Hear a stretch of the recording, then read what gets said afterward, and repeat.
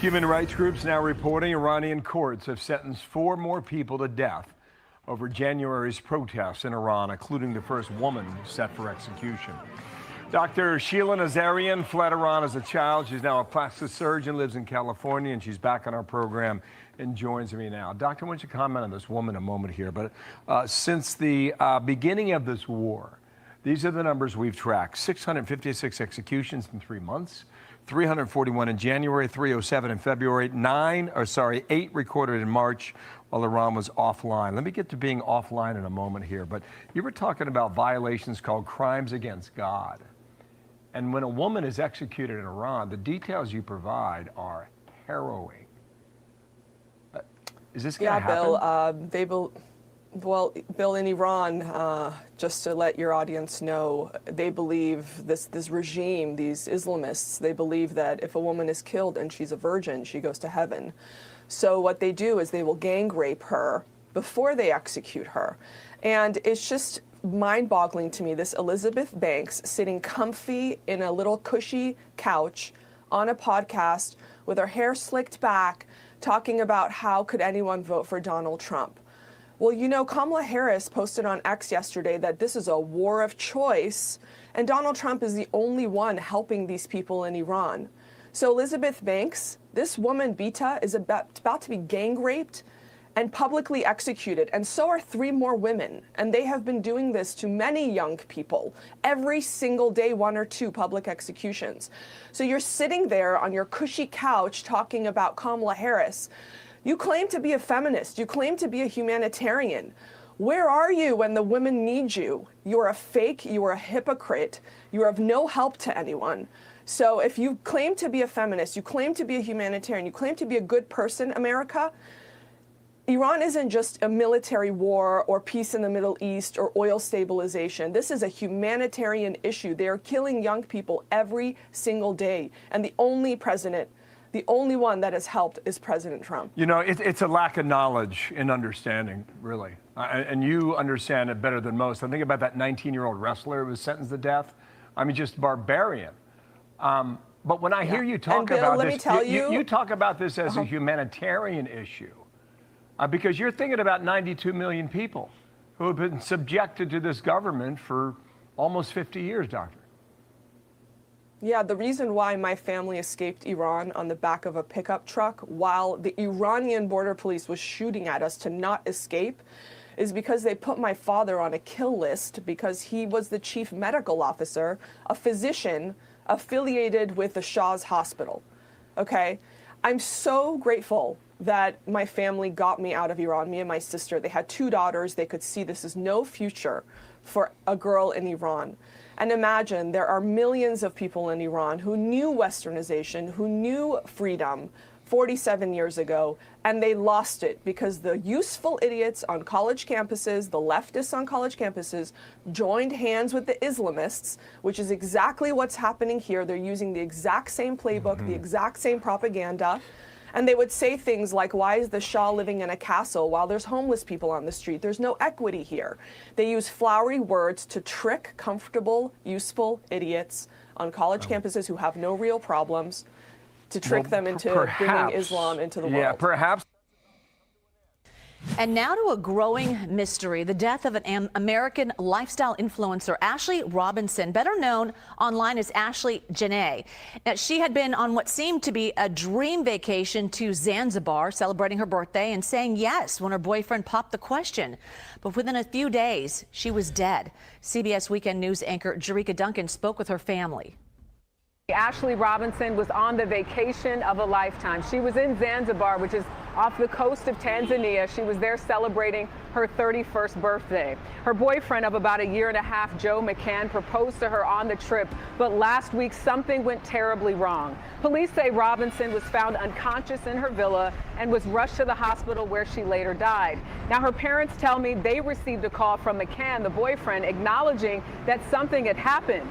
But they say it was the resort where Robinson was staying that notified the family of their daughter's death. Do you believe that Joe McCann had something to do with your daughter's death? It's under investigation, and we don't know what went on. It's under investigation, and Like we said, we just want transparency. Today, investigators in Tanzania held a news conference where they said they are questioning McCann and they are holding his passport until the autopsy results are complete.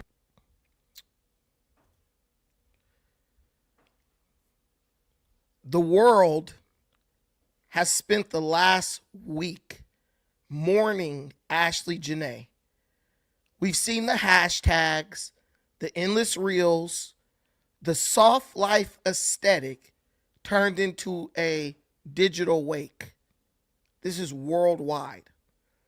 We demand answers for one woman who was killed, allegedly, by her fiance in Tanzania. As we should, right? There's nothing wrong with that. But while the Western internet is busy dissecting every frame of her final vacation, there's a deafening, cowardly silence coming from the same progressive feminist circles regarding the women of Iran. As recently as today, as we sit in our climate controlled apartments, in our comfortable offices, in our rooms, in our restaurants, the Iranian regime has sentenced Bita Hemati to death. She is the first woman from the latest wave of protest to face the gallows, while the men of the IRGC hide in their bunkers, hide away from Donald Trump, the boogeyman, and those American missiles, true geopolitical threats. They still find the time to tighten the noose around the necks of the women of their country. But where's the global outcry for these women? Where's the global outcry for Bita? Where are the feminist groups who claim to represent all women? They're silent. Or maybe even worse, they're busy painting the regime as a virtuous, heroic victim of Western bullying, ignoring that this same regime is literally a meat grinder for the feminist spirit. American women enjoy every freedom these Iranian women are literally dying for. The right to speak, the right to dress the way they want, hell, even the right to exist. Yet many here cheer for the very systems that rob their so-called sisters of these freedoms. It reminds me of the words of Dante. The hottest place in hell are reserved for those who, in a period of moral crisis, maintain their neutrality. It also reminds me of a Bible scripture from Proverbs 31. Speak up for those who cannot speak for themselves, for the rights of all who are destitute. But we don't speak up, or at least females don't. We pick the tragedies that are trendy and ignore the ones that require us to look in the face of true evil. We weep for an influencer, but we offer nothing but a cold, empty vacuum for the women standing on the scaffolds in Tehran, waiting to be thrown off. I have a message for the women of America who act in a treasonous manner against their own country. Enjoy your freedom today. Just know that while you use it to scroll past the uncomfortable truth, Bita Hemati is counting her final breaths as she rots away in an Iranian cell, waiting to be violated because the IRGC, they believe that if you're a virgin and you die, you go to heaven. So they have to make sure that you don't do that. So they will, quote unquote, marry her many, many times. She will be married to many, many men before she is eventually executed. And she'll have to face that truth entirely alone. I don't understand how this hypocrisy is going unnoticed. And I'm not even telling you to feel sorry for anybody. My message ain't even really to the women. My message today is really to the men who actually have the time to listen to these women tell you about all these things they stand for, all these values, all these things they want. Oh, we're fighting for women. I stand up for women. Like, the men who are dumb enough to actually believe this crap. Because if these women actually stand up for each other and there's really a sisterhood, there should be a global outcry for the women who are literally getting ready to be executed by the IRGC for protesting. Remember when all the people, when I was talking about the IRGC in Iran, remember they were telling me, oh, there were Mossad troops in the crowd during the protest. Mossad troops, Israeli troops were there, all that, right? Well, the woman they're about to execute is an Israeli troop. The women, there's multiple. They've already executed hundreds, but there's like 4 who are going to die tomorrow. There's no report from Iran saying that these women are associated with Mossad in any way. What is their crime? They've sinned against God by challenging the IRGC to simply stop destroying the Iranian economy in the name of keeping oligarchs and their benefactors rich. Stop stealing our taxpayer dollars and funneling them to the pockets of your rich buddies. That's all they're basically saying. And for that, they will be sentenced to die. And there's not a single woman on earth outside of Iran, other than these certain Iranian women, who is actually giving a damn enough to even bring it up. What they're really doing is they're cheering Iran on, trying to do mental gymnastics to make it seem as if the IRGC is somehow winning in this war against America, where they're getting absolutely decimated. I had someone today tell me, China is going to come for the United States. They're running ships through the Strait of Hormuz right past the so-called American blockade. Listen, I got a cousin that's sitting right in the Persian Gulf right now. I hit him up and I said, man, you telling me Chinese ships is coming through? He said, bro, there was one Chinese ship that tried to come through called the Starry. And we told that bit, if you don't turn your ass around now, prepare to be boarded. And if you resist, prepare to be annihilated. I looked it up. It was true.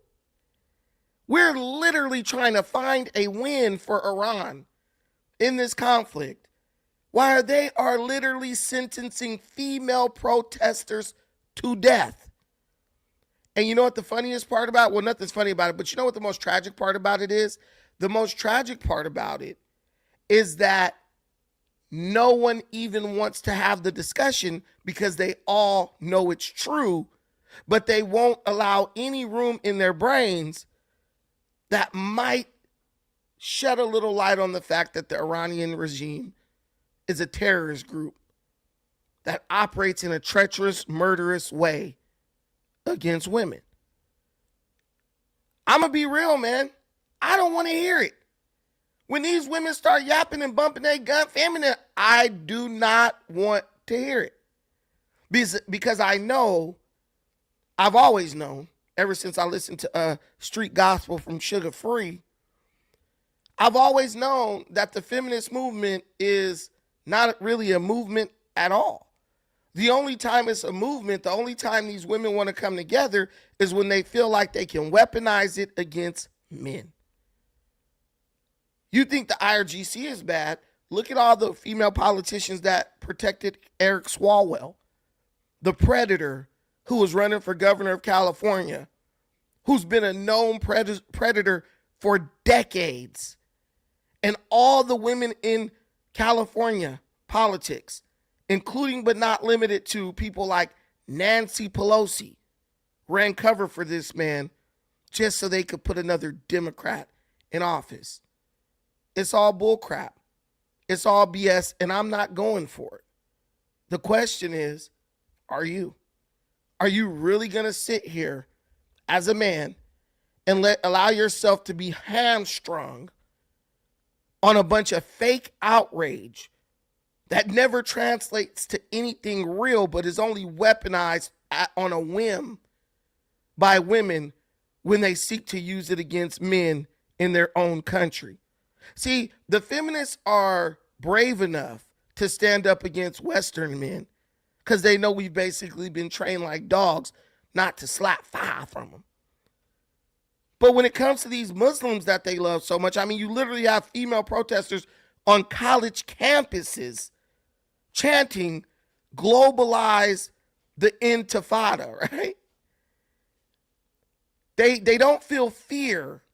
They don't have this fear of these Muslim Islamic men who, as we see, operate in a very treacherous manner with females. They don't fear them, but they fear you raising your voice. They fear you yelling at them. Oh, you're psychologically abusive. They got everything we do for these women is abuse. But everything that the Muslim Islamists do, oh, that's acceptable, because as long as Donald Trump, as long as you ain't a Western man, whether you black, white, blue, or green, as long as you weren't born in the West, anything you do is okay. They're willing to submit to terrorists and tyrants. But the men who actually are dumb enough to pay attention to what they say and actually consider what they think, they undermine us every chance they get. I think we need to be a little bit more terroristic, if you ask me, because that's what they're showing you they want. The liberal women of America are laying out the red carpet for the radical extremist terrorists of the Middle East and abroad, literally fighting their own government to allow these people to march into our country undeterred. They're sending you a message, but for some reason you're just not getting it. We got to eliminate feminism, y'all. We gotta send feminism back to the depths of hell from which it came. I'm not saying we got to start disrespecting women or anything like that, but the idea that women have formulated a political movement, built a political movement centered around just being a woman is absolute bullshit. Because what kind of political movement do you have if it's supposedly global, but you got women who are about to be on the chopping block in Iran, a country run by a terrorist regime, and all the feminists, the liberals around the world are not only just ignoring it, they're literally cheering the regime on, pretending that they don't know what the hell is happening. The Bible says that a good tree cannot produce bad fruit. And I think that the women of today, with their blatant hypocrisy, who call themselves feminists, well, I believe there's a bunch of bad fruit among their ranks. So is the tree really good? I know this is the message that you don't want to hear, but why is Ashlee Janae, a black social media influencer who advocated for this soft life movement, which in itself is incredibly toxic, because it tells a woman, don't choose a man based on love or compatibility. Just throw your vagina to whoever got the most money and is willing to spend it on you. It's really just a form of glorified prostitution. We looking for her. Where's she at? That murderous white boy, he killed her. He choked her. That man is already guilty in our minds. But we let the Arab terrorists over on the other side of the globe kill his women with impunity while we cheer him on. Power to the people. But do you guys not realize, like I realize, how this stuff goes against everything we claim to stand for? And that's how I know, like Nas said, our values are so low that our values are no good. Black people built everything we got on protest. We literally went out in the street and built a whole movement based on getting brutalized for exercising our constitutional right to peaceful protest. How How do we sit and cheer on a country that literally slaughters its people for doing the same thing? They didn't say this lady did espionage. They didn't say she was a double agent. They didn't say she committed treason. They literally just said you sinned against God. Because if you say anything, critical of us, you sinning against God. And now she about to go get hung. They hanging people over there. She's about to get hung. And I don't see the women fighting mad over here. I don't see the women over here spitting piss and vinegar over what's going on. If the feminist was real, if the feminism was real, they'd be asking Donald Trump to bomb their ass right now. They'd be saying, look, President Trump, can you threaten these dudes with some strikes if they don't release that woman, those women, because there's multiple of them, there's dozens of them. If they don't release those women and just let them come on over here or go to another country for asylum, I'm sure you could throw that in the negotiation like nothing, and they probably concede to it because it's nothing. Hell, if you don't want her, we'll take her, knock her ass up and give her some welfare. They won't even do that. Has any woman in America even sent a strongly worded letter to the White House? Where are all these thousands of women with social media platforms? Have any of them said anything about this? Nope. The only people who reported on it? Fox News, the racists, the bigots, the ones you hate. Oh, they're fake journalists. Why? Because it's not convenient.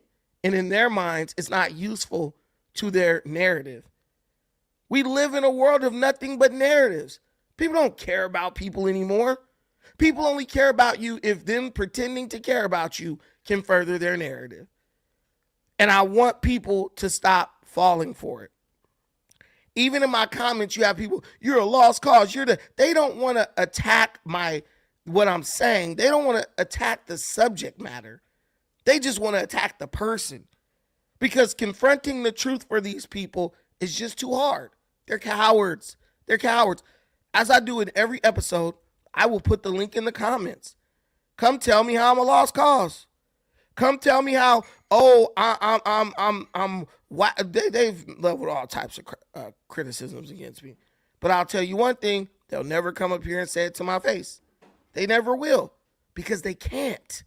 Because everything they're saying has been programmed into them. And when you're programmed, it's like when someone gives you the answers to a math question or a math problem, but then the teacher asks you to show your work.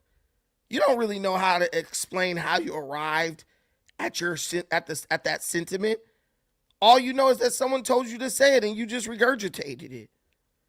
I'm standing up for women who no one else is standing up for. I'm talking about them on my channel when I could have just brought up Roland Martin and probably Ashlee Janae and been sitting up in here with 300 people watching. But I said, no, because what's going on right here is not right. And sometimes you have to stand up for what's right. But these people don't know anything about that. They only know how to stand up for what's convenient. That's the difference. Oh, dude, suspect definitely got 4 years. 4.5 for... Bro, I didn't know the lady he beat up was an old lady. Speaking of women, this dude, almighty suspect, had us thinking he pepper sprayed some young girl and beat her up. This dude beat up and pepper sprayed a 50-year-old woman. But this is what I'm saying. This guy, this receding hairline faggot, he's literally gonna go to jail and people gonna be like, free sus. Free sus. Whole time this dude done beat up and assaulted somebody's grandma. I mean, come on, bro.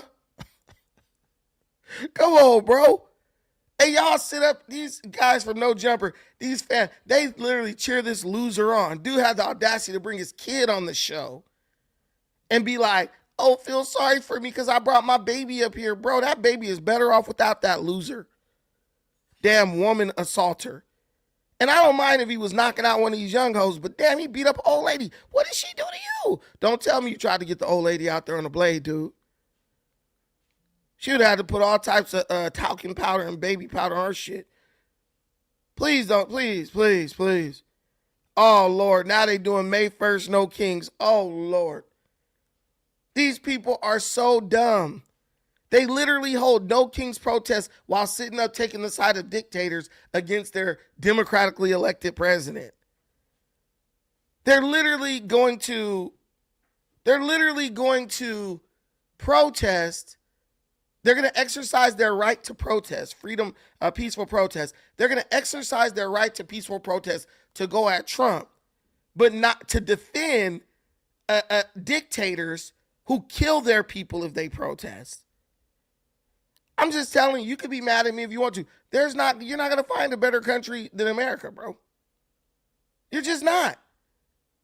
Because America is the only place on earth where stupid people can survive.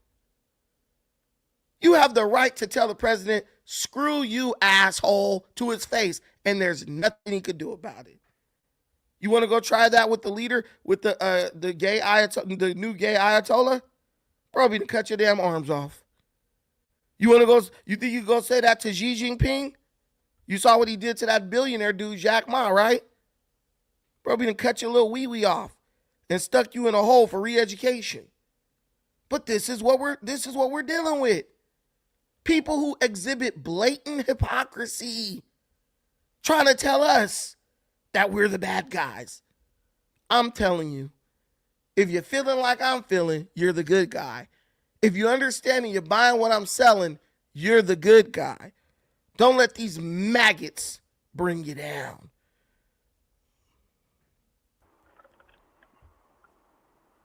Put it in the air. What's up, man?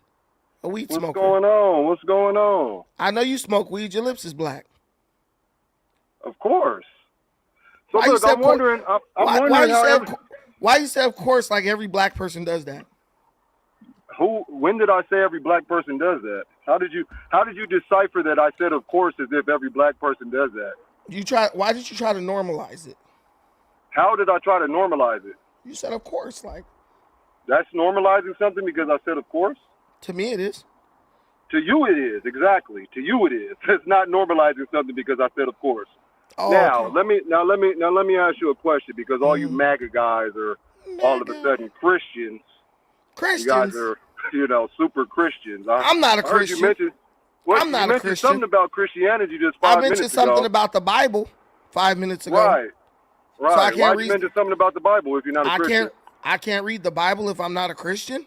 No, I'm asking you a question. Because I feel like the Bible has a lot of lessons that are really good. Just like if I read Way of the Superior Man, there are a lot of, or Who Moved My Cheese, there are a lot of good lessons in those books. Right. I mean, so this is the problem, right, we're having with you MAGA guys, right? You guys do stuff like, I believe I saw you on No Jumper with the Corn Stars. So it's like you're on No Jumper with the Corn Stars and with the white boy that's like the cuck. But then you get up on YouTube and you try to act like you're like an alpha male and stuff. But then it's like, in real life, you guys are like, when did I sound alpha male? Well, you guys, like you said, like you inferred from when I said, of course, as if I was trying to make it seem like smoking was okay and every black person did that. What we're getting from you guys is this alpha male attitude. Like when you guys get up here and tell people, oh, the Democrats don't want to come up and argue because they don't have any facts. You guys don't. I came on your stream a couple days ago and I kept asking, why is it that Republicans have only created 3% of the jobs since 1989? And I couldn't get an answer out of you. That's ignorant because most of the business owners in America are conservatives. The problem with you is you look at politicians like that's what makes America work. People make America work, and conservative people can create far more jobs than liberal people. That's a fact. So go back, rearrange reverse these mental gymnastics you did before you said that idiocy. I'm a Republican. I have 3 businesses. How many businesses do you have? How many businesses do these liberals that you know have? They don't have any. They're working or they're literally trying to find a way to be on welfare or abuse the system to get on Section 8. So this is why I have to come up, because I have to show these guys that you guys are just beta males that just don't know what you're talking about, just talk out of your ass. You see how I gave you a fact, something that you could Google, something that people at home, they could just Google. They don't have to listen to me. They can just Google that fact. They can just see it for themselves. They don't got to listen to me. You just go into Google, just type in how many jobs have Republicans created since the Reagan administration. You will see that they have only created 3% of the jobs. So if you have a brain and you understand that the world is run by money, then you'll know that voting for Republicans is just stupid. Because they don't help the GDP that much, right? They just hold on to their money. They don't do the trickle down economics. You know what I'm saying? That's a lie. So that's what I'm saying. For you guys to get up here, when you guys get up here and say, "Oh, the Democrats," okay, look, okay. Hold on. We went to the facts. We went to the facts that don't support. I already know what you're saying is a lie. Research indicates that conservative Republicans create more businesses than Democrats, with studies showing Republicans are on average 26% more likely to start a business. Small business. Hold on. Private sector. The private sector is the engine of our economy. You're talking about government jobs. Google how many people have jobs in the private sector. Everybody in the comment section. We can't talk at the same time. Everybody in the comment section. Because you tried to Google some bullshit. We cannot talk. You did some beta mail shit. We can't talk at the same time. You did some beta mail bullshit. We can't talk at the same time. You did some beta mail bullshit. Like I told people, go to your own Google. Don't listen to this beta mail. Go to your own Google. Type in how many jobs have Republicans created for the U.S. economy since the Reagan administration. It will show you how many jobs the private section. It will show you how many jobs. You're calling me a beta mail, but you're acting like a female. You're calling me a beta male, but you're acting like a female. Hold on, beta. I'm gonna let you get Only females try to overtalk people. Beta, hold on. I'm going to let you get your chance. Only females try to overtalk people. It will show you how many jobs are in the private sector. It will show you how many jobs are in the public. It will show you that there are more jobs in the public, right? We know public. That's what we're looking at. That's what we're looking at. That's what we're looking at. No, you're not, sir. What are you talking about? This man is so dumb, he doesn't even know that private sector is the same as public. You don't even know what you're talking about. Private sector is the same as public? This man is dumb. Private sector is the same as public? Yes. Like in the comment section, bro, they're laughing at you. Like they're laughing at you in the comment section. They're like, this guy's an idiot. Hold on real quick. Private, public. Private, oh my public. God. Private, public. Man.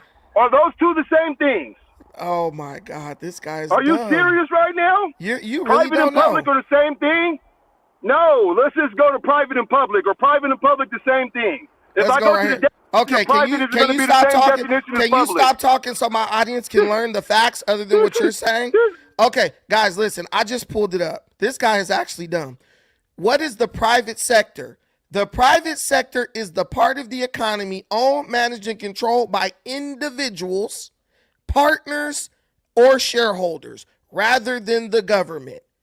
See, he's dumb. He doesn't know that. He thought that public meant that that's what the people were starting. Like, say if your wife started a business, he thought that means it's in the public sector.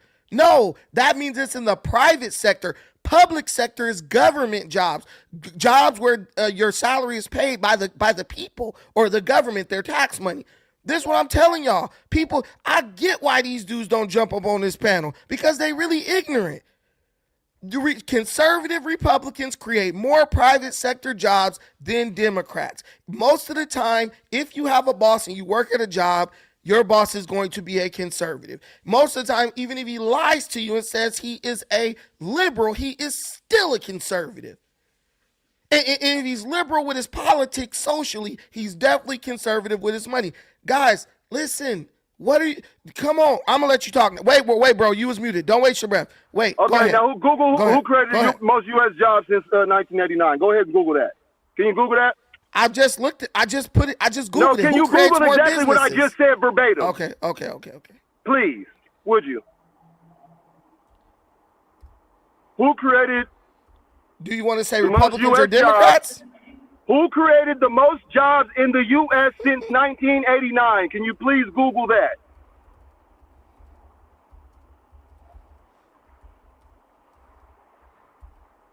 And explain this to your viewers. Since Reagan administration, you could put. You said since 1989. You can put. It's the same thing, genius. Do we get to No, you can explain it to you. I'm gonna listen to you explain it to me. You're gonna explain it to me. Hold on real quick. You're going to explain it to me, sir. Do we put government jobs or do we put private sector jobs? No, just put jobs. No, just put jobs, sir. Oh man, okay. Just whatever. put jobs, sir. Whatever. Yeah, just put jobs, sir. Just verbatim what I said, sir. That's it.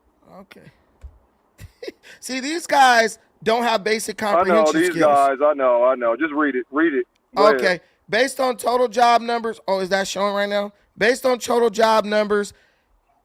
Hold on. Damn, where the hell am I? Right here. Okay. Based on total job numbers recorded by the U.S. Bureau of Labor Statistics, since the start of the Reagan administration, Bill Clinton created the most jobs during his presidency, followed closely by Ronald Reagan himself. So what are you talking about? Hold on. Wait a minute. And then what does it say under there? Bro, okay. What does it say under there? Bill Clinton. Wait a minute. No, what does it say? Bro, are you gonna let me? Are you gonna let me read it or not? We see that it says Joe Bro, Biden already. Are We you all can gonna see your let screen, me? sir. Are you gonna? Bro, I could just take you down, bro. You're not gonna let me. You can do whatever the fuck you want to do. You're Okay. a beta male. I don't give a fuck. Your cool. chat.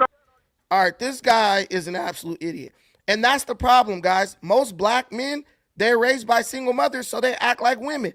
I'm doing everything the guy asked me to do. He's mad because he didn't know the difference between private sector and public sector. So now his only response is to filibuster the conversation. I mean, nobody gets to win. No one wins during that, right? So he's arguing, oh, Democrats created the most jobs since Ronald Reagan. Okay, under his administration, Bill Clinton created between 18.6 and 22.9 million jobs. Ronald Reagan created around 16 million to 16.5 million new jobs. Joe Biden added over 16 million jobs. So he created less than Ronald Reagan. But see, these type of statistics work on idiots. Understand that.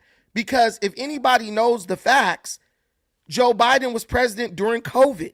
So as COVID began to end and people were able to go back to work, Joe Biden did a trick that fudged the numbers. He counted jobs that people were returning to as new jobs. And they weren't really new jobs. They were just jobs that people had lost due to COVID that they were going back to.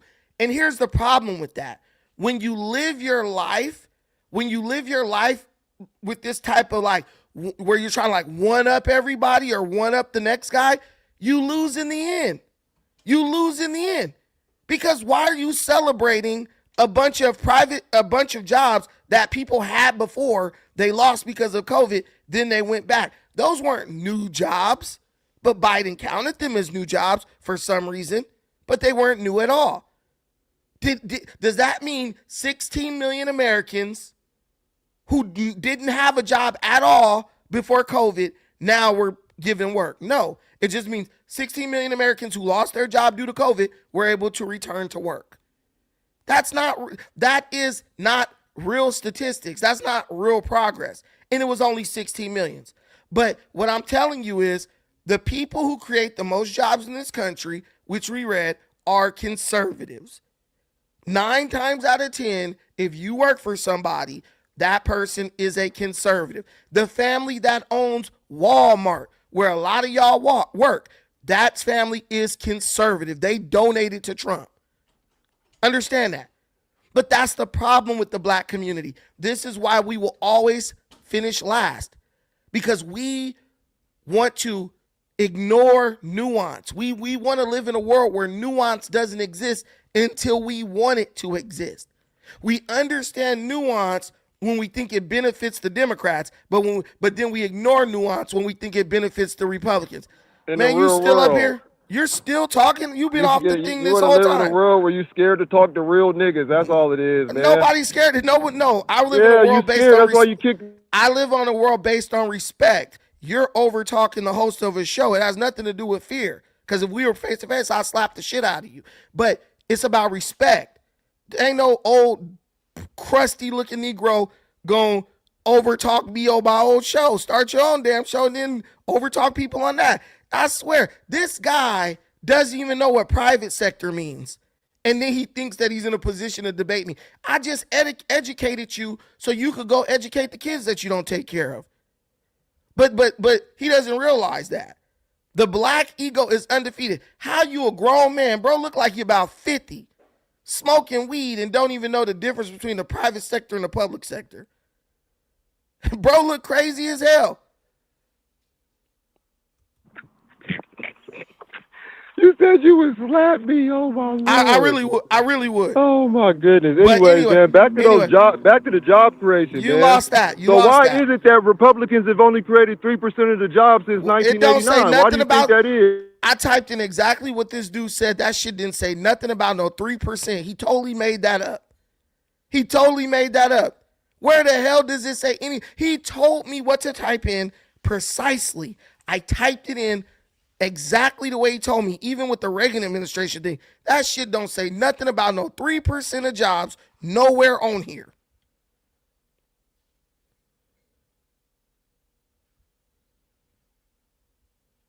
Where does it say 3%?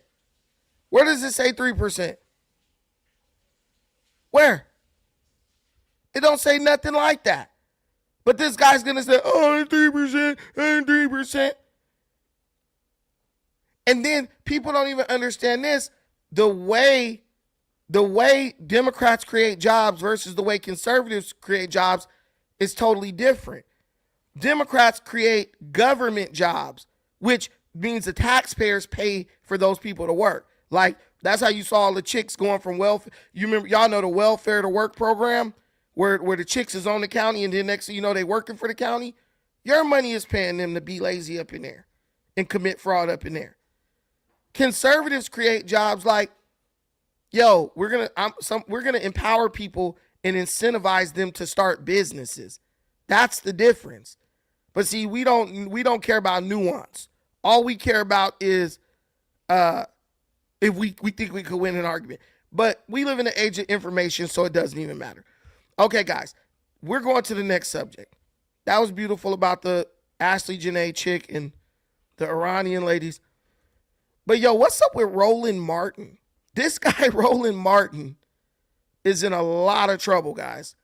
He's literally getting attacked right now by black social media influencers from all over, both Republican and Democrat. Because Roland Martin, he sees the grasp of the Democrat Party over black people beginning to slip away. And so now he's resorted to literally just like insulting black people for not voting Democrat. And what I don't understand is why when Roland wants to convince you to vote Democrat, it never comes with a plan for us to like make progress. It's literally just him criticizing us, telling us that we should vote Democrat because he says so. And it's like, Roland, we have the internet. We have information. Do it because I say so is what got us here. Because you went in the voting booth as an 18-year-old kid, bright-eyed and bushy-tailed, and you hit that lever for Democrat just because your big mama told you to. But what big mama didn't tell you was she had been a lifelong recipient of welfare. What big mama didn't tell you was she never had a job. Hold on, y'all.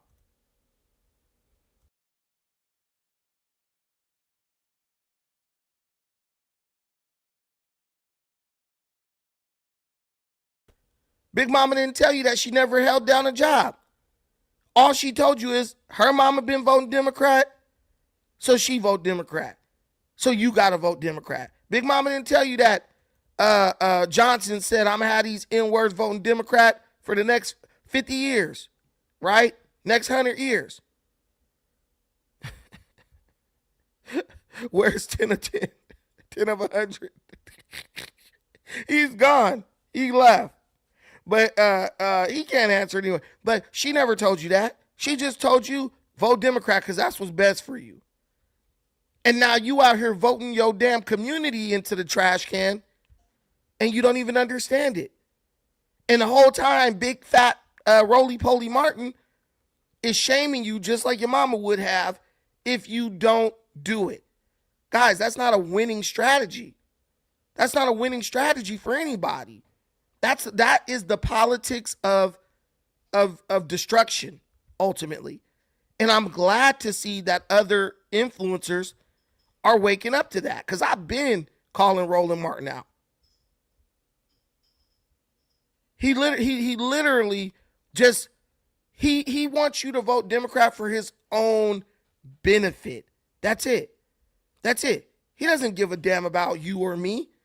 Roland Martin is like, I have more access to the political administration or apparatus of this country when a Democrat is in office. So that means win, lose, or draw, y'all need to keep on voting Democrat. But I'm going to play this little clip where Roland Martin tries to talk to you about having a plan politically. If you have listen, Roland Martin been talking about a plan for like the past 30 years. We all voted for Joe Biden, like Roland Martin told us to. But when Joe Biden stopped answering the phone calls of the black people who got him elected, what did Roland Martin say? It doesn't matter. Just keep voting Democrat no matter what. This guy is a slave. He's just a house nigga, a gatekeeper, trying to keep the field niggas in line. It don't matter what Master do. You better keep your ass out there working, because he knows his ability to receive butter biscuits is tied to our labor or to our vote. Y'all know. No, we don't know. We spend a lot of time really trying to help people out, to help them understand politics, to help them understand how things actually get done. Roland Martin is so full of crap. For one, he's a multimillionaire and won't fix his damn microphone. For two, he says, we spend time trying to help people understand politics. Bro, no, you don't. You spend time telling people to vote Democrat. If he was trying to help you understand politics, he would line up he would teach you what Democrats stand for and what they want, and he would teach you what Republicans stand for and what they want. But Roland Martin knows if he actually broke that down honestly, most black people would find that they align with conservative Republicans. Most black people don't want their daughters to play on sports teams with men. Most black people don't want a man going in the bathroom with their daughter. Those are the things that Democrats stand for. That's why you never hear Roland Martin talk about that. It's like black folks with the creepy uncle who be touching the kids. We just don't talk about it. That don't mean it's not happening. We just don't talk about it. And that's Roland Martin. He tells you to vote Democrat, but the shady, predatory things Democrats do, guess what? He don't bring it up. And I think I might be able to prove it to you real quick. Let me see real quick. Let me go to Roland Martin's page and see if I can prove this to you. Let's see. Because we'll be in luck. Let's see. We gonna see right now how much of a gatekeeper this POS really is. All right, y'all, are y'all with me right here? Okay, let's look at Roland Martin's videos. I'm about to prove it to you and why you're better off here than over there. Because I know some of y'all like to go back and forth, right? We stupid, we this, we that. We not stupid.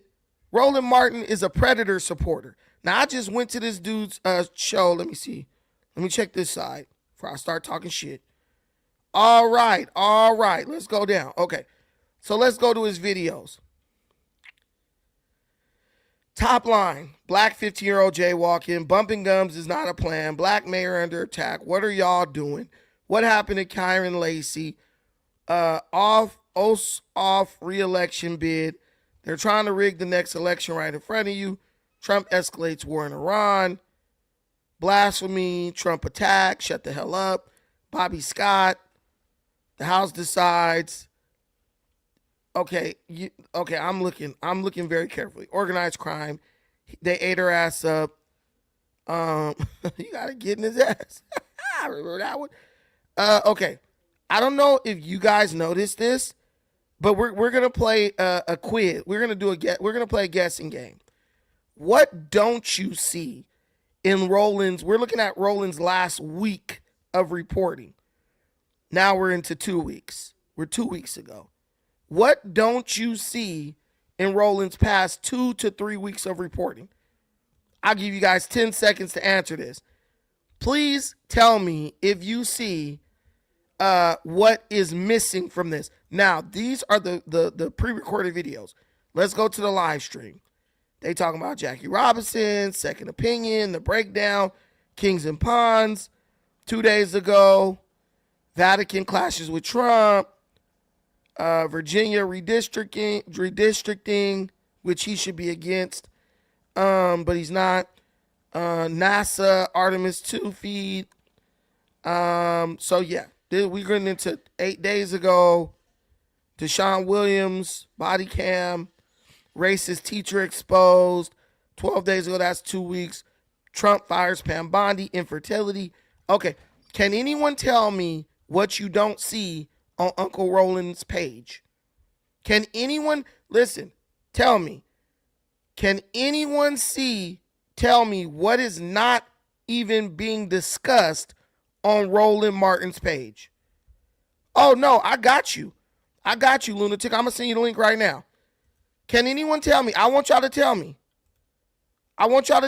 What is missing from Roland Martin's page that is major news right now involving the Democrats? I don't see nobody with the answer, but I know. Attorney Tyke, tell me, what is major news that's being covered by everybody? Nope, not Ashley. Attorney Tyke, Sucker Season, everyone. L.A. Thorne, what is major news that is not being covered? I'm going to get the super chats, then I'm going to tell you if y'all don't figure it out. Shout out to my boy Normandy Drive. L.A. Thorne, what is the name of the economist that created trickle-down economics? Public is government. Private is individual. L.A. Thorne, too bad bro didn't know that. He was an idiot. Thank you so much for the $5 super chat. I appreciate y'all. Guys, we have a challenge. $5 super chats before the end of the show. We're already at 2 or 3. Thanks to our good brothers who contributed to the stream. So help us reach the goal. Thank you. Sucker Season LA. Ask that dude where's 10 of 100. Please, bro. This guy, look, he wouldn't have been able to answer it because he's an idiot. He's an idiot, and he ran away. But thank you for the $5 holler. I appreciate that. Lunatic is in the building. Send a link. Let's talk about it. Real MFers don't care about entitlement. Oh, 100%. The link is there, and he's getting connected. It's still saying his device is not connected, but I see him trying to get in. So he's there. So don't leave, or you might miss a good. Hey, Tim Asana, ding, ding, ding, ding, ding, ding, ding, ding, ding. You have a Democrat candidate for governor who just dropped out. But for the past 2 weeks, people have been accusing him of being a predator. People have been saying that he raped women. And women have been producing video proof that he did assault them. Do you notice Roland won't even talk about it? Do you notice Roland won't even bring it up? Thank you, Tim Asana. Roland won't even bring it up. Why? Why? All right, bro is in the building. I got you right now. Just 1 second. Let me finish this point. So, guys, that's who Roland is. Roland is a Democrat protector. He's a gatekeeper. His job as the resident House Negro is not to criticize Democrats and hold them accountable. His job is to criticize Republicans and shame you if you don't vote Democrat. Eric Swalwell is one of the biggest stories in the country right now. On a channel as big as his, he could have easily surpassed 100,000 views. He hasn't. Why? Why? Why hasn't he hasn't even touched it? Because Roland don't care about black folks or black children or women or anybody. Roland just cares about the access that he is given when Democrats are in the highest position in the world. All right, the lunatic libertarian. Okay, go ahead. How you doing? I'm good. I'm swell. I want you to know that all centralized systems are failed. Yeah. I'm not arguing with government or socialists or Democrats or Republicans or conservatives. We have to understand that the institutionalized entities that control our brain now aren't about successfulness for the common human. So if you want to talk about institutionalized systems, right? Okay. That's what we're talking about, institutionalized systems. Why is the programming coming from the children to the parent and not vice versa? That's the first aspect I want to talk about is how are the children telling adults what is and what isn't? Children are telling adults what is and what isn't because women, feminists, they created the Child Protective Services, and it went from protecting children from abusive parents to stripping parents of the right to discipline their children. And so now, if you spank your kid or make your kid go to bed without dinner or ground your kid, they go to school, they tell their teacher about it, and then next thing you know, your kid's getting removed from you by the CPS. That's why you can't discipline at all. And that is directly connected to feminism. Well, feminism was a CIA op. All centralized systems are failed. Education you can failed. keep saying that, but tell me, Hold on, you got your mail today, didn't you? You got your mail today, didn't you? The data. I'm asking you a very simple question. Did you get your mail today? That is not a federal institution. Yes, it is. No, it's not. The post office is not. No. You are lying. Okay. The United States Postal Service is actually a private entity that is subsidized by the government. So, homie, you're absolutely wrong. Go look at the data. I'm looking it up. I'll admit if I'm wrong. And why does the United States Postal Service pay UPS and FedEx subsidies to deliver content that supposedly is provided by the government? Go look that up. Look up how many routes since 2020. You gotta stop. You gotta stop. You gotta stop, Hispanic do-rag man. You gotta let me, because you're wrong as fuck. Yes, the United States Postal. Hey, don't start talking. Don't start talking. Do not start filibustering me. I do not like that. Be a man. That's AI, bro. Be a man. Real website. Be a man. Listen, be a man and admit you were wrong. Just like if I was going to be a real website. A real. Yes, the United States. Hold on. Hold on. Yes, the United States Postal Service is a federal institution and an independent agency of the executive branch. Created by Congress in 1970, it is not a private company, but operates as a hybrid. It is legally mandated to provide public service while funding its operations primarily through postage and service fees rather than by tax dollars. It is the government literally owns it. It is an entity of. Dude. Go across AI, bro. Listen. Bullshit. So you don't know what AI is, but this comes directly. Artificial intelligence. Hold on. But if you look at the bottom, this comes directly from the USPS website. I'll click that just so you can see. Bro. Bro, why would I lie to you? You do know AI tells you what the source is. It gives you it has three sources. You think I'm gonna listen to a computer to tell me anything? Get the fuck out of here. You probably learned some shit from the movie The Postman and believed it. Damn. Get the fuck out of here. You are assuming and assimilating some kind of infrastructure of ideology to try and discredit me. Yet again, go back. Okay, so this right now. Hold on. So we went to the service. Hold on, brother. We went to the. Hold on. We went to the sources, which is the official site of the USPS, and it's in. Look right here. No, you didn't. You went to the Officer of Inspector General. That's a government. USPS. That's a government site. What are you talking about? .gov. So the government tells me something, and I'm supposed to believe it wholeheartedly. You are fucking wildin', homie. I think the government knows who owns their institution. I think the government doesn't know shit, and most people believe everything that it regurgitates through mainstream media. Don't disregard the Smith-Mundt Act of propaganda. So yet again, if you want to look at the legislation, let's look at the legislation. Come on. I'm not looking up that shit. Everybody know that the government owns the Postal Service. Me because you mad. Shout out to Aaron Dick. Hey, shout out to AD for the $5 holler. What are you talking about, bro? You just got proven wrong, and you're not. About stupid motherfuckers on YouTube that you are not man enough. Listen. We're gonna do a Read the man legislation, exercise. homie. Be a man and admit you were wrong. Look, when you Read said it, the I was like, legislation. I said maybe I'm No, tripping. you did not. No. First source resources. Go to the United States Postal Service and tell me exactly off their own website, their document, and where they get their funding We're moving from. to your Not next point. AI, homie. We're moving Not to your AI. next point. We're moving to your next point. What is your next point? See, this What world. next point? What, You said that was the first point, so there's a next one. All right, hold on. How much do you believe the government is your friend? I don't believe the government's my friend. So why do you participate? Why not? No, why do you? They're Because not your that's friend. Why you because participating that with because that is the apparatus that has been set up for us to select leadership according to the founding fathers. No, according it's to not. the according to the social contract. Constitution. Hold on. You read the Constitution, then you go to the legislation. How many laws are in place or policies that circumvent the Constitution?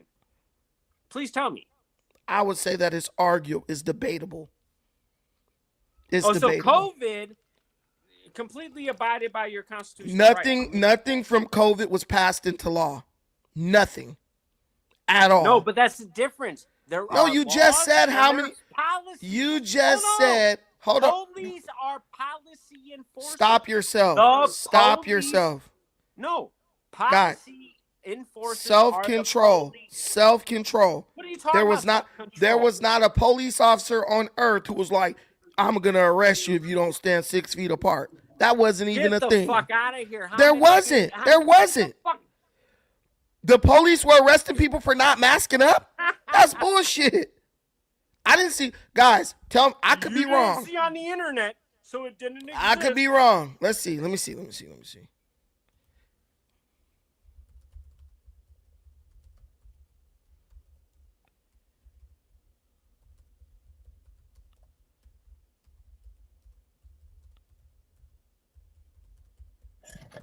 Not to mention private entities just disregard giving goods and services. Yeah, the police. Why are you over talking somebody? Do you have a point? I was going to agree with you. Hold on. I was going to agree with you, but you won't shut up for 2 seconds long enough for me to agree. You were clicking, and then I unmuted, and then all of a sudden, when I started to speak, you wanted to speak. Because I was looking up what you said. Yeah, and am I correct? You were correct. Enforcers. You were correct. Okay. I'm a man. I don't have a problem admitting when I was wrong. I don't know, like where I live, I didn't see it, but it definitely probably was happening, but that was wrong. But here's the thing. If your local government establishes a policy and they say they want the police to arrest you if you don't do this, it's up to the people to go push back against them and say, hey, that's unconstitutional. But in our society, you had a bunch of people who were so deathly terrified of catching COVID, they agreed and capitulated to whatever the government said in the name of being safe. Well, they were complying because of fear. Exactly. Right? But what I'm telling you is they were still complying. And not only complying, they were literally reporting each other. So they were complicit. They weren't just complying, they were complicit. So that's what I'm trying to tell you. Like, when the people are reinforcing bullshit that the government is doing, you as an individual, it's very hard for you to fight back against it because they have the might. Yeah, you can't fight against the government and this population. Oh, it's very easy. No, it's not. Just do it. You end up like you. Just do it. I'm sorry. In a basement with a do-rag. I'm sorry. I'm not in a basement. I'm outside. Hold on. Let me go outside. I'm outside. You're not even outside. I'm outside. You're in the fucking garage. This guy's Hold funny. on, I'm outside. I'm touching air.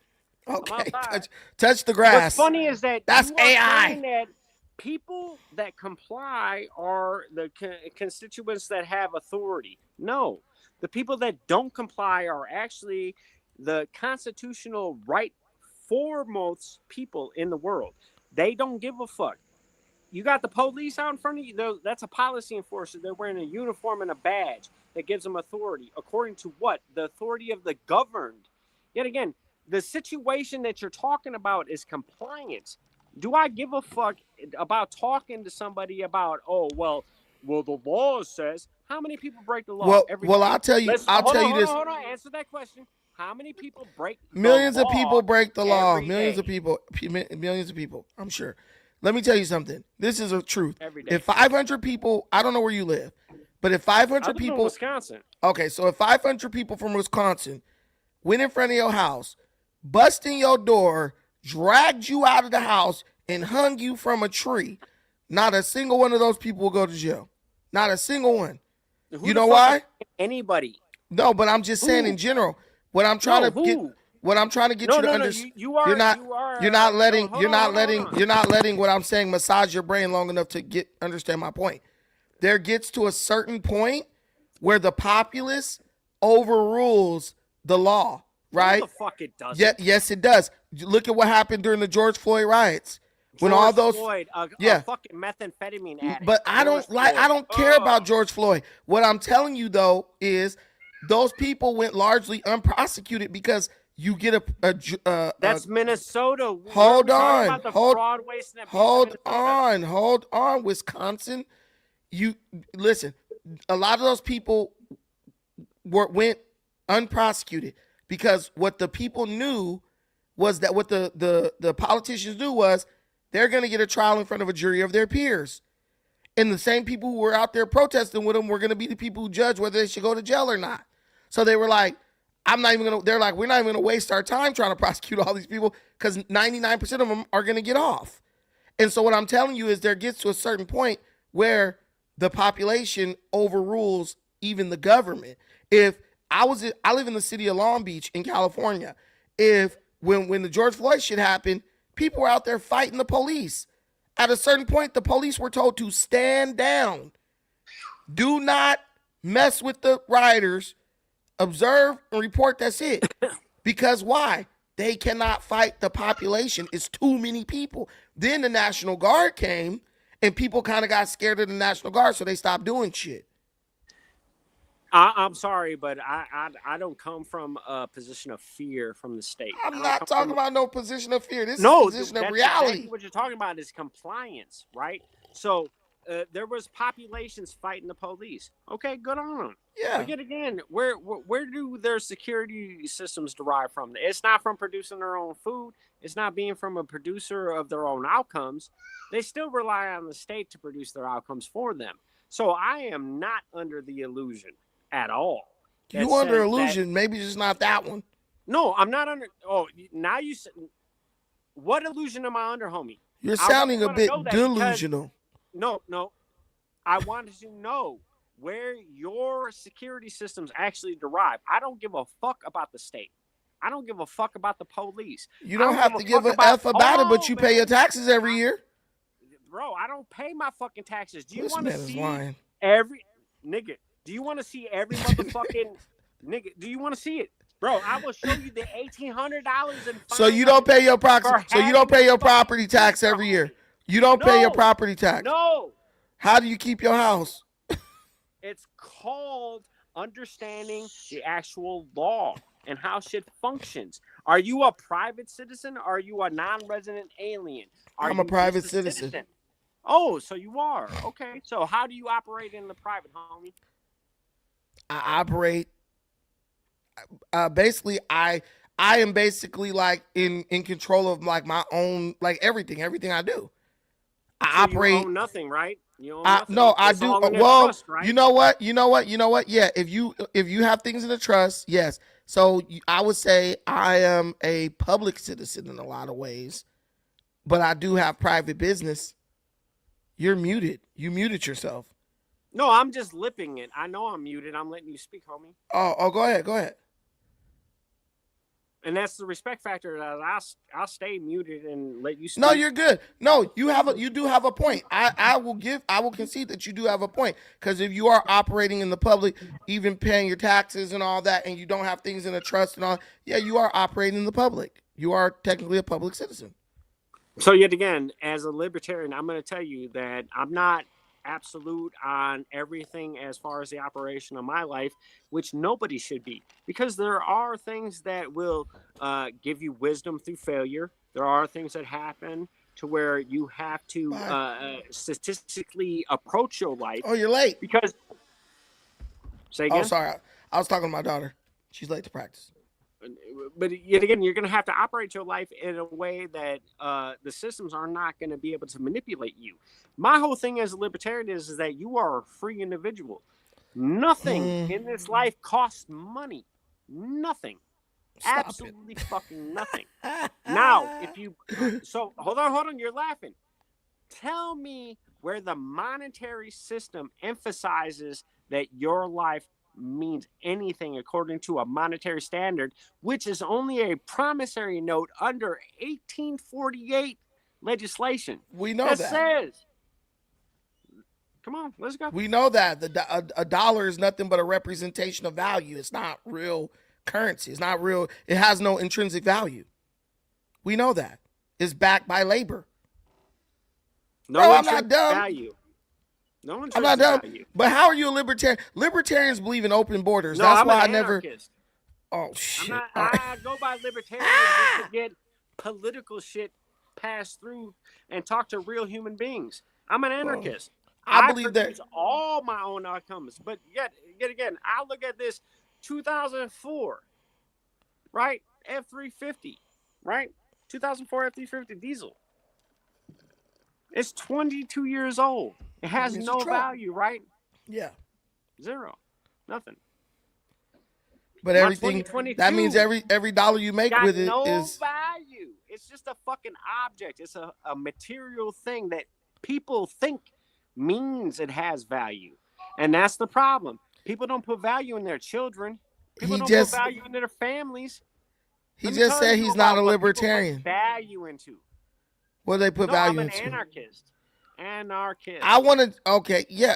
Okay, so why are we even having this conversation? Anarchists, they want to destroy they want the government to dissolve. They just want to be out here. Why do I need a security system that is full of pedophiles and baby eaters? I think that when you're young, the idea of anarchy. Homie. I get it. We're young. You're not much older than me. We're relatively young. We can walk a mile or jog a mile if we really needed to. Hey, you know that 1/3 of Generation X has been executed through abortion. 1/3. I know that. I was just talking about that. Are dead. I was just talking about that the other day. So you'll like this channel. We know 1,150 black fetuses are aborted every day. So that's like multiple generations of black people that have been annihilated through abortion. So you'll like this channel because I talk about that. How important are the motherfuckers? How important are the motherfuckers? to the feminists and to their mothers, not important at all. Man, fuck the feminists. The feminists don't understand that the CIA orchestrated all feminists. But they're important to us. That's why we. But they're important to us. That's why we bring it up and don't participate in it. Right, don't participate. You want to participate in systems that supposedly give you control, supposedly give you superiority according to a hierarchy? You a bitch ass motherfucker to me. Fuck you. I like some systems. According to what? Because according to a lot of different things. Yeah. Abundance, convenience. Yep. Oh, what's wrong with that? What's wrong with convenience? Motherfucker, you got a car. You don't suffer to actually accumulate. You have a truck. You know why you got a truck? So your ass don't got to walk in the snow. I'm a master diesel technician. Homie. That doesn't mean anything. You still use. I know you could be. I know mechanics who don't even own cars. Walk to work. To work on my truck. Okay, that don't mean nothing. You still have the truck for convenience because you still have to buy gas to go in it. Hold on, no, what? And you pay a tax on that gas because I understand the chemistry. But you don't. You go to the gas station. No. So you make all your own fuel. Stop lying. Trust me. If you want to download from the frying pan to the fucking gas tank, go download it. It's from 2000. Bro, I don't care about none of that. You go to that gas station and fill that. Do you go to that gas station? Listen, from the frying pan to the gas tank, I heard you. Listen. I remember what you said. Listen, I understand. I heard you. I recorded it. My mind moves very fast. I won't forget it. What I'm telling you is your ass is pulling that hoe up into a gas station and filling that bitch up with diesel. You ain't making diesel gasoline every day. Stop fronting. I can show you the fucking tanks. Oh, stop it. Bro, I'm not even lying. You can have the tanks, but you're not making that shit every day. Hold on, let me go back to my backyard. Nah, look, this dude he getting us indicted. I didn't say you didn't have chickens. I didn't say you didn't have chickens. Oh, what do I got This man said he's showing me diesel tanks and then he went to go show me What chickens. the fuck? No, I'm saying that I don't give a fuck about what security systems are supposedly presented by the government, and I'm showing you. I don't give a fuck about them security systems. They're my chickens. I didn't give a fuck about the eggs being produced by the government. So you don't vote. So you don't vote. Security systems of which most people operate are dependent on what somebody else tells them they can and All cannot right. have. No, Bet. No, that's fact. Okay, bet. I agree with you. Okay, so You can't thank have you. medicine because you're a drug dealer. But yet Okay, again, do the you have any? pharmaceutical companies produce? Do you have the a final most- message? Do you have a final message from our audience before I move on? The final message is all centralized systems are failed. Come to the Lunatic Libertarian. Come to my channel. Come check me out. There you Larry go. Sharp is running as a Marine black man for a New York governor, but nobody's going to back him because he's actually got policies that actually help the human beings in the world. Most people don't want to secure themselves by their own production and their own failures in which they couldn't produce.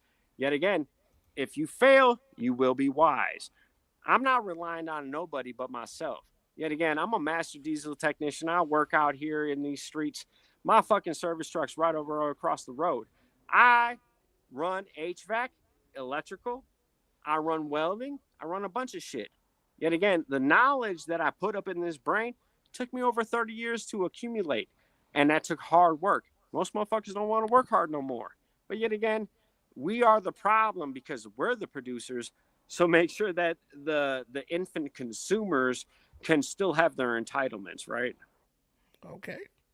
All right. Well, thank you so much for coming up. I appreciate you. Have a blessed evening. This guy, he showed us the ice. Thank you, sir. Hey, that was very interesting. That was incredibly interesting, guys.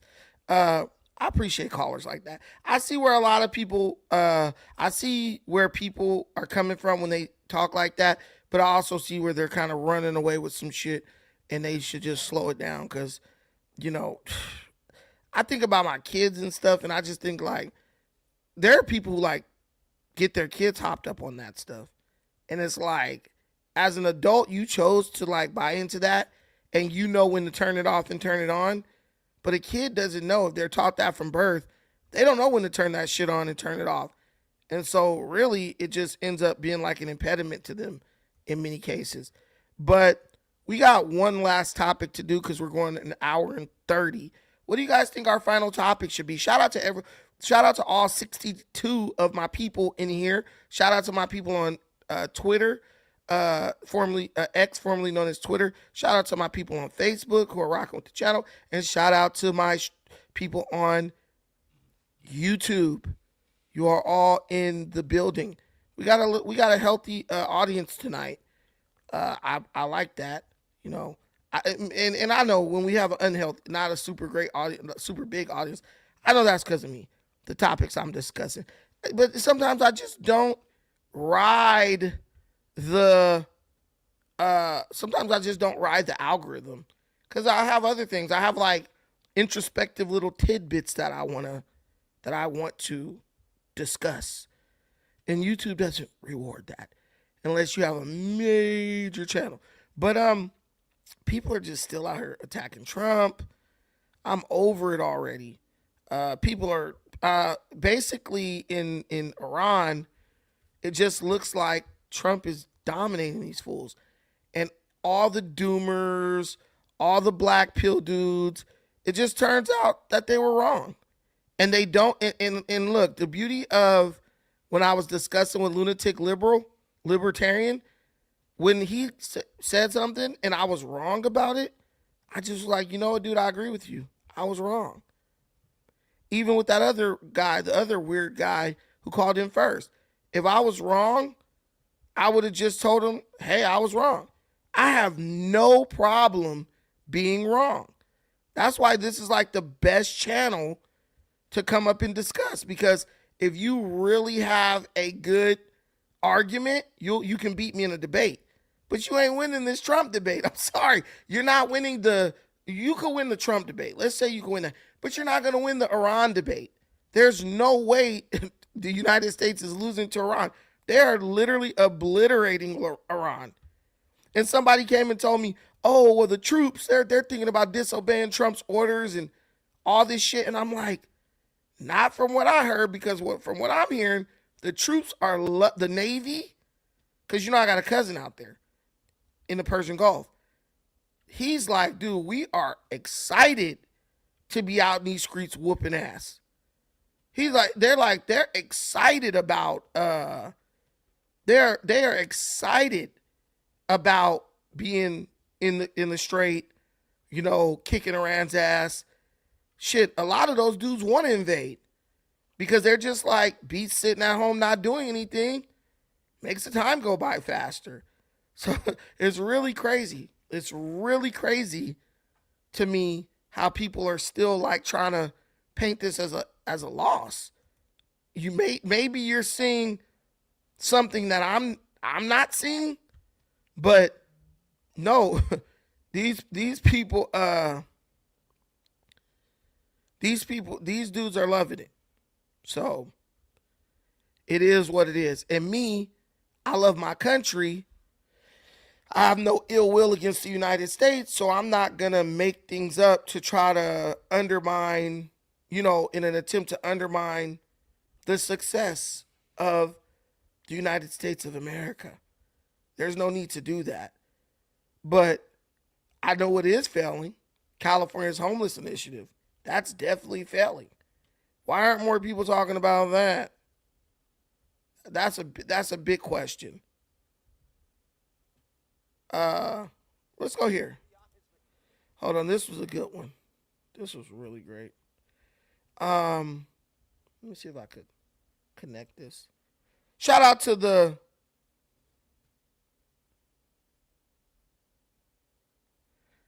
You are out of shape. I am out of shape. That's why I'm working on it. That's why I'm hitting the damn gym tonight. I'm definitely out of shape. And I'm sick. I've been having like a little cough, but it's starting to go away. Thank God it's starting to go away. So let me count my lucky Easter eggs for that. But yeah, these guys, I don't know why people think that I will never admit that I'm wrong.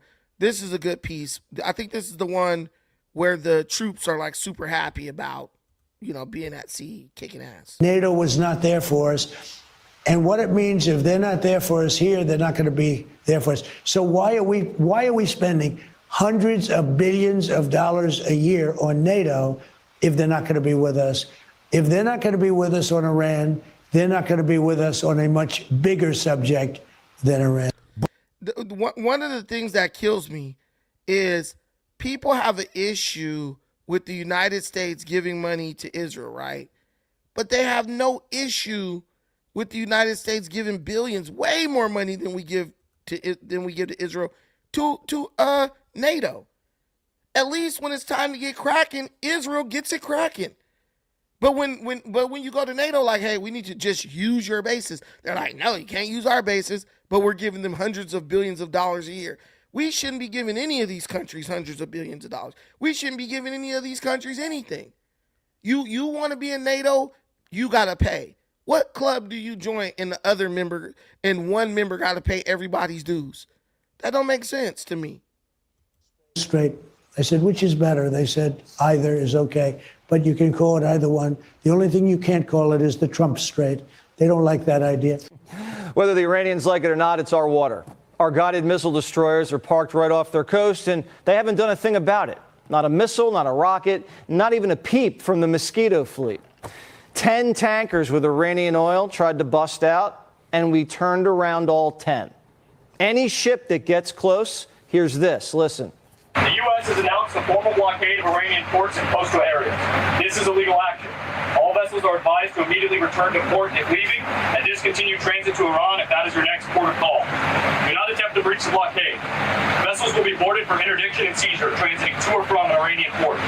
Turn around and prepare to be boarded. If you do not comply with this blockade, we will use force. The whole of the United States Navy is ready to force compliance. Now. Soon we'll have 3 carriers in the Gulf, the Lincoln, Ford, and Bush. The Lincoln has 5,000 sailors and Marines on board, executing the blockade from the Arabian Sea. The Ford's in the eastern Mediterranean, and the Bush is screaming up the Horn of Africa with 6,000 men ready for anything. In a week or so, we'll have the USS Boxer, an amphibious assault ship. The Marines on board are conducting chemical, radiological, and nuclear threat training, just in case. The USS Tripoli is also pulling blockade duty. Here are the boys conducting on-board close quarters training. These are the guys that rappel down from choppers and seize the ship's captain if a vessel with Iranian cargo doesn't follow orders. The Navy's loving the blockade. You know who else is? Morning Joe. He's hearing the same things we are. They are actually very positive about the blockade. They believe the dynamics have changed radically and that Iran went from having time on their side to Iran now understanding they are going to have to eventually come to a deal. They're degraded radically when it comes to their military operations, and now they're really starting to feel the heat economically. So this is what really confirmed what my cousin said for me. When you hear Morning Joe confirming what my cousin said and then confirming what Fox News said, it's like the doomers need to just shut the hell up. Because the place where you get your information is literally conceding that it was like when they talked about Trump and saying he wasn't implicated in the Epstein files or by any of the women. Once the liberal mainstream media had to admit that, it was like, okay, this is done. This is over. Because they're going to, we have a liberal mainstream media that will hound a topic until they are literally forced to stop lying. They'll run it on their entertainment shows as if it's true, even though they know it's false. But when they're forced to admit on their so-called journalistic shows, it's done. Any little thing Trump does, they're on it. Any way they could go at Trump, they have a team of people looking for angles where they can attack Trump. So once they can see the doomers on YouTube and shit, they're not gonna do any better than these people. But I love that the troops are in good spirits. If the United States, they say, will continue the blockade. Iran's on the brink of bankruptcy. They're bleeding over $400 million a day. According to my math, that's $1.3 billion vaporized since Monday. And in less than 2 weeks, they'll have to cap their oil wells. Once the money dries up, their military will miss paychecks, and that could get ugly. On top of the naval blockade, Treasury's unleashing Operation Economic Fury. We're going to bomb their bank accounts. Iran attacked their Arab neighbors, and now it's payback.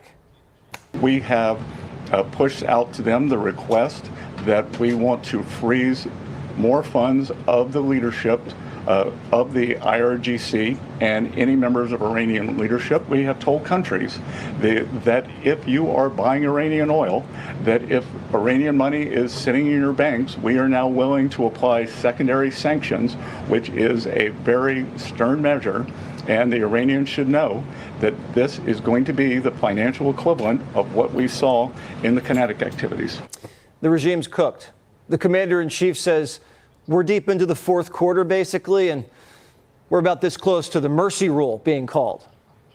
I had to divert, because if I didn't do that, right now you would have Iran with a nuclear weapon. And if they had a nuclear weapon, you would be calling everybody over there, sir. And you don't want to do that. Well, you keep saying was. Is this war over? I think it's close to over, yeah. I mean, I view it as very close to over. You know what? If I pulled up stakes right now, it would take them 20 years to rebuild that country. And we're not finished. We'll see what happens. I think they want to make a deal very badly. The Iranians want round 2 of peace talks. And the Chinese are begging him to go back to Pakistan because now Beijing starting to feel the heat. Yeah, so you see that, you heard that. Again, when Iran announced that they don't have the ability to retrieve the mines that they allegedly planted in the strait, it was over, right? Because basically they gave us all the cover that we needed to go in and clear the strait ourselves. And I'm not even convinced that they actually planted mines. I think they lied about it, and they claimed that they did it in order to try to effectively block the strait by forcing ships to take precautions that they otherwise wouldn't have to take. Yeah, I don't think they planted mines either, because there were a lot of reports from my sources that were saying like they were watching the strait and that there was no activity of boats on the strait from Iran. But obviously you have to take precautions, right? I think what Iran planned to do was just shoot at civilian ships if they tried to cross, and then they would have tried to blame it on mines. Oh, it was a mine that hit them, but really it was like an Iranian rocket. Shout out to Black Loki. Why didn't I get any sleep last night? Do I got bags under my eyes? Do I got enough bags under my eyes to carry $50 worth of groceries? So what's going on in the black world? I always talk about politics. I gotta play this part where this lady eviscerated this punk ass faggot. Let me stop. Let me stop using that word. This bastard Wolf Blitzer. I hate this dude. He's an asshole. I hate this guy. Let me stop using derogatory terms. Please. Congresswoman, thanks very much for coming in. Thanks for writing this important book. We're going to discuss it shortly, but let's get to some of the important news of the day first before we get to poisoned ivies. I love the title. Tell us about that as well. President Trump has repeatedly claimed victory against Iran since the conflict began, only to continue with all the fighting that's going on. Now he says the war is, quote, very close to over. Is that real? Well, look at the military achievements. The U.S. successfully destroyed the Iranian Navy, the Iranian Army, the missile capabilities, and has opened up the Strait of Hormuz to an international waterway, not allowing Iran to hold that hostage. And if you take a step back, Wolf, this is a terrorist regime. This goes back to 1979. It's the largest state sponsor of terrorism, funding Hamas and Hezbollah. They have blood of U.S. soldiers on their hands. They funded the October 7th attacks against Israel. So this was a very strong peace through strength military operation, and it shows the success of the greatest military in the world with a very decisive commander-in-chief. It really does, right? Let's keep it 100. We are outclassing Russia and China when it comes to our military capabilities because we show the world what we can do, right? It's theoretical what China can do. The most deployed division in the U.S. Pillars, is killed. And I represent Fort Drum, home of the 10th Mountain Division, the most deployed division in the U.S. Army since 9/11, where you had members of that military division who have been targeted and killed over the past decades by the Iranian terrorist regime and Iranian-backed militias. Our heart goes out to those service members who borne the ultimate sacrifice serving our nation. And we are keeping that in mind, and the president is every single day. But we have to take a step back, Pam. Iran has created war in the Middle East for decades, sowing chaos. It is a blood-stained terrorist regime, and to have peace in the long term, you have to get rid of the Iranian terrorist regime to bring peace to the Middle East. And it frankly has strengthened our alliances with countries like UAE, with countries like Saudi Arabia, and of course a very close ally, Israel. I want to just follow up with you because there is the military operation aspect of this, what's happening in the Middle East, and then there's the politics of it, what's happening with the economy. I imagine you're hearing from your constituents on this. President Trump conceded to Fox News that the war with Iran will slow economic growth for some time. Do you agree with that assessment? And how much more challenging does it make your job ahead of the midterms, trying to keep control of Congress for the Republicans? Well, first of all, we're having this conversation on an important day in domestic economic politics. So it's tax day in the United States, and Americans are having historic tax cuts because of the reconciliation bill we passed. And particularly in New York, I delivered the largest tax cut in history with the quadrupling of the state and local tax deduction. And I'm hearing from constituents who are saying, thank goodness you passed this tax bill. Certainly the president is correct that there are economic challenges in the short term, but this military operation is important not only for our national security, but for economic security for the long run. We are very focused on lowering the cost of living and making it more affordable, which is why, particularly in New York, I've been such an outspoken leader in lowering taxes, in lowering energy prices. And that's a challenge in a state like New York with single-party Democrat rule, where they continue to raise taxes, including today, where our state governor broke her promise and put forth a tax hike when people are already paying so much. Yeah, I think when you talk about the aspect of the conflict where Iran may or may not be winning, I think that outlets like CNN help Iran when it comes to PR, right? When you talk about these type of conversations, like for example, I mean, look at to Iran within the next few weeks. President Trump now says China has agreed not to send weapons to Iran. Can and should President Trump trust the Chinese leader Xi Jinping? Well, first of all, President Trump is masterful in terms of the leadership he shows on the global stage, and other leaders of countries, whether they're adversaries, whether they're competitors, or whether they're allies, they fear President Trump. And I think a weak Iran weakens China. This is geostrategically in a smart decision for the United States and for, frankly, our principles, our Western civilization principles. facts. It's all about China. Anybody analyzing this conflict?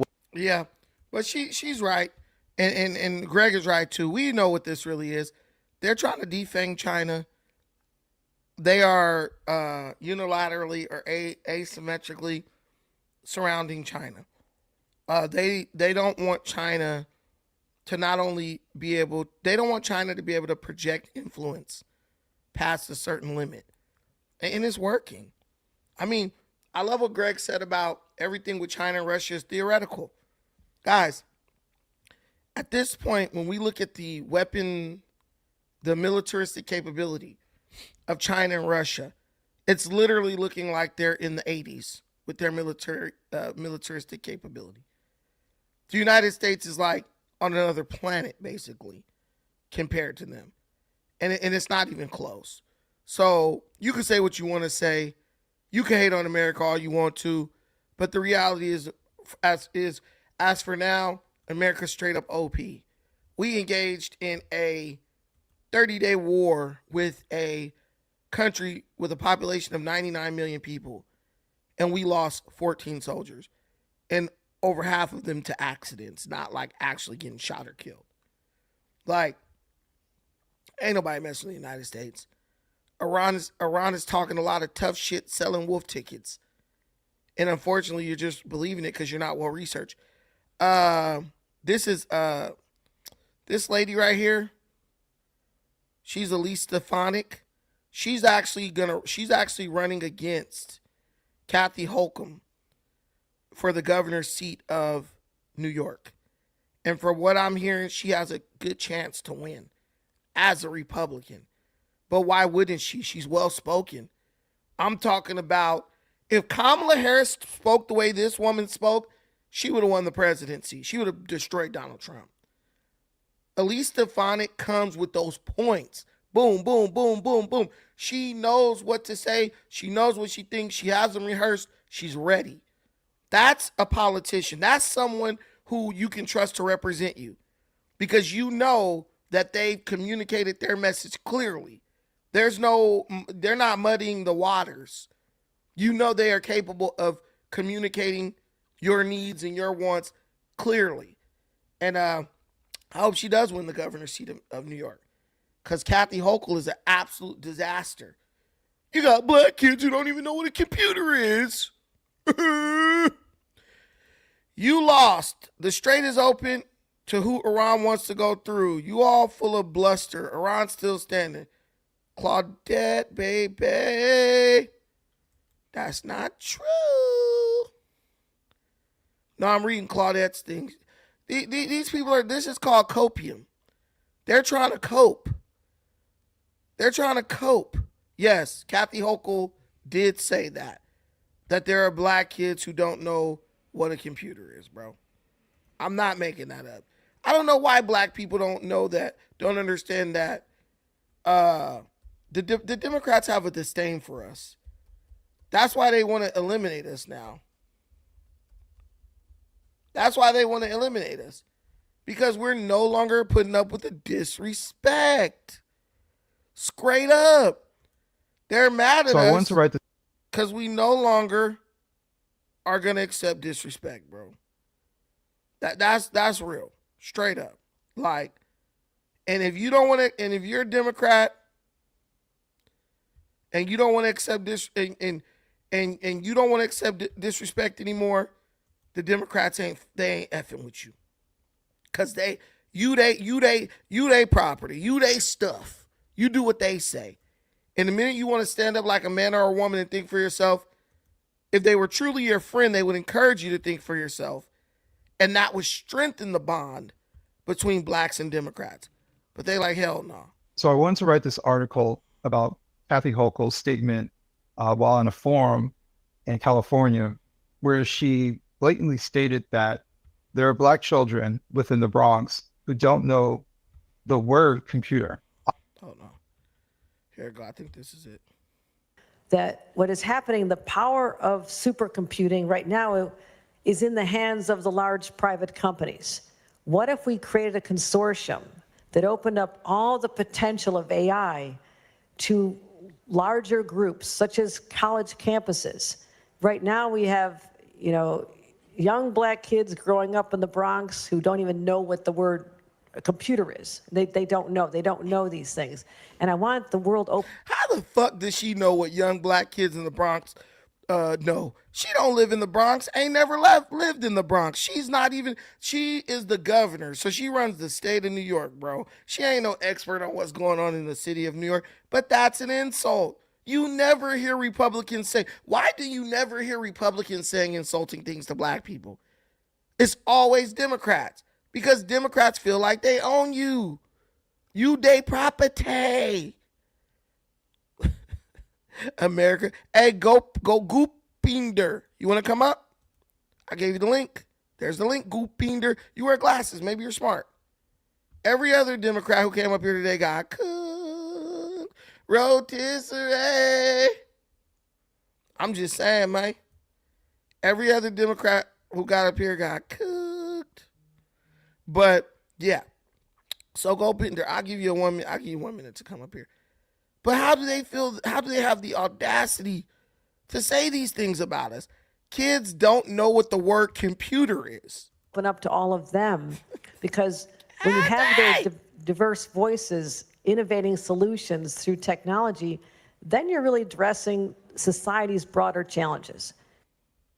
Why do people think that all you do is hate on your own people? I love my people. I love Ajane. I love this lady right here, 2025. She's amazing. She's great.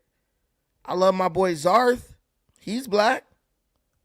I love my boy Azazel. He's black. What are you talking about? I love my boy Sucker Season LA. What are you talking about, buddy? Black Loki, my boy is in the building. What are you talking about? I like black people.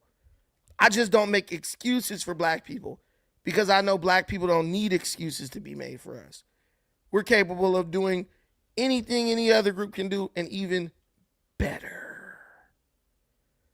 Y'all sit up and accept disrespect in the name of being liked.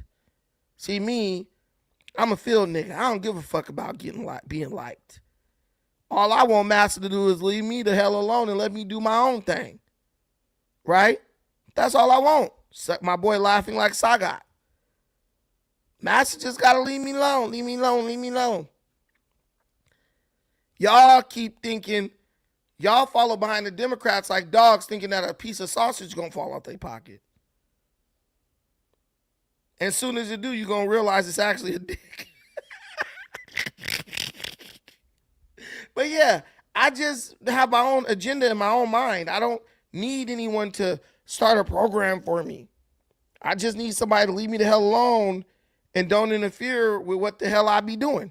That's what most black people, that was our sentiment back in the day.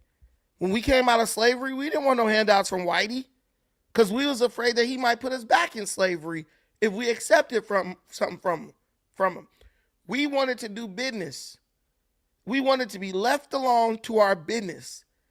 You want me to shoot that horse for you and you got some money for me, I'll come over here and shoot it for you. But I'm not staying after for lemonade and conversation and white cake. That's the type of black person I am. That's the type of black person I am. I got a lot of white neighbors. I don't be trying to be all up in their house and shit, trying to, oh, girl, what you doing? What you doing, buddy? And all that shit. I'm not one of them. I ain't that type of nigga. I'm the type, I'm going to nod at you when I walk past you. I'm going to say, how you doing? But don't start no shit, won't be no shit. I be getting into it with my neighbors sometimes. I be having to cuss their ass out sometimes. But it's after they try to cuss me out first. And we still neighbors and we still cordial. But sometimes I might be down here getting loud as fuck. They're like, shut the fuck up. I'll be like, you shut the fuck up, bitch. Like that type of thing. Right? You can't tell me what the fuck you can't tell me what to do. That's the type of black person I am. See, but I grew up in California. I went to like all white school. Well, they weren't all white, but I went to white schools and stuff. So I don't look at white people as like, oh, they're special. I look at white people like they're just people. And there's nothing that they can do for me that I can't do for myself. See, a lot of y'all grew up in the ghetto. A lot of y'all grew up in places where there wasn't much white folks around. So you guys have like a godlike reverence for white folks. And that's just not something that I have. So when I look at y'all acting like white folks gonna fix all your problems, I just be looking at y'all like, are y'all crazy? Are y'all really outside of y'all fucking mind? Can't nobody fix your life for you. Only you can do that. Only you can do that. I had this talk with my sister. Hey, bro, you need to stop waiting on somebody to rescue you. Get off your ass and go get a job. And move into an apartment. And she did, you know. But you just need that tough love, and that's what black people need. We need tough love. Black people don't need no more people, nobody else apologizing for them and making excuses for them. Shit don't make you better. That should make you weak. And that's why a lot of our people are weak. Zero emotional control. I was watching this movie, Good Deeds with Tyler Perry the other day. Y'all ever saw that movie? I was mad as hell that Negro Tyler Perry left that fine-ass Gabrielle Union for that dusty-ass Thandie Newton. I'm like, bro, that heifer and her baby is not your responsibility. You got a fine-ass stallion at the house who's just upset because you act like an automaton and you're boring. And you leave her to go run around and trick off on the help, essentially, a damn janitor. That movie pissed me off. Am I the only one? Am I the only one who got pissed off at the movie Good Deeds by Tyler Perry? I'm talking about Gabrielle was looking thick. Woo! Now, in real life, Gabrielle Union is crazy. But before I knew she was crazy, I had the biggest crush in the world on that girl. On God. Bro hooked up with the janitor. Should have named her Janet because she was a janitor. Right? But real talk. Real talk. That movie pissed me off. I was yelling at the damn screen. And I'm like, have I ever watched this before? And I feel like I might have saw it before, but maybe I fell asleep on it or didn't really pay attention. Man, that movie pissed me off. And I'm talking about, man, bro, the way Gabrielle was looking in that movie, bro. Woo! Lord, have mercy. She was looking good. She was looking good. She was looking like a cheddar biscuit in this bit. Y'all talk about me, I'm blacker than all y'all. Stop it. Ain't never one of you Negroes ever picked cotton, and neither have I, but I'm just saying. That's just what people who real black say. But yeah, I'm blacker than a lot of y'all. Stop it. Stop it, bro. You can't test my black heart. Bro, listen, bro. Bro. That movie had me so mad. I was literally just like, what is this nigga doing? What are you doing? The way I would have been caking Gabrielle Union and that, bro, if I was on that set, then I'm like, Tyler. They would have been like, Brandon. It's just a movie, dog. I would have been shooting my shot. Ain't no way in H I would have been able to work with Gabrielle Union and not been shooting my shot, bro. She was looking too damn good on that movie. Whoa! The legs. Bam, boom. What they talking about? You know that song by Kendrick Lamar. But Thandie Newton was just bony, bruh. I'm just like, this girl is skinny. And Gabrielle just walking through that damn apartment just looking thicker than a snicker boy. Legs all buff and shit. Looked like she was really in the gym. I was mad. I was real mad about that. Then I'm like, she got a kid too. Bro was super simping. Come stay in the company apartment for free. Head ass nigga. He made me mad. I ain't ever been this pissed off about a movie. Samoan, shut up, Azazel. No damn Samoan. I ain't no damn Samoan. I don't eat booty.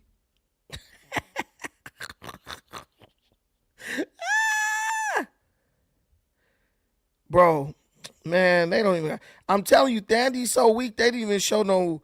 They don't even got no pictures of her from the movie, bro. Like, she was so skinny. Look at this neck. This her in the movie. Jesus Christ, Lord. Jesus, Jiminy Christmas. Look at this, bro. Come on, bro. Come on, bro. Weak. She was weak. Look at this. I was trying to get the picture of her when she was standing. Look at this. Look at this little yuck. Yuck, Daffy Duck. Horrible. She ain't got nothing to shake. When she was walking in the movie, I could see straight between her thighs. Right? Our people missed a multi-trillion. If our people learned how to sell produce and produce anything from the fields, we could have owned the farm for sure. You ain't lying, Zarth. But yeah, yuckity. I hated that. She was weak. But Gabrielle Union, on the other hand, baby,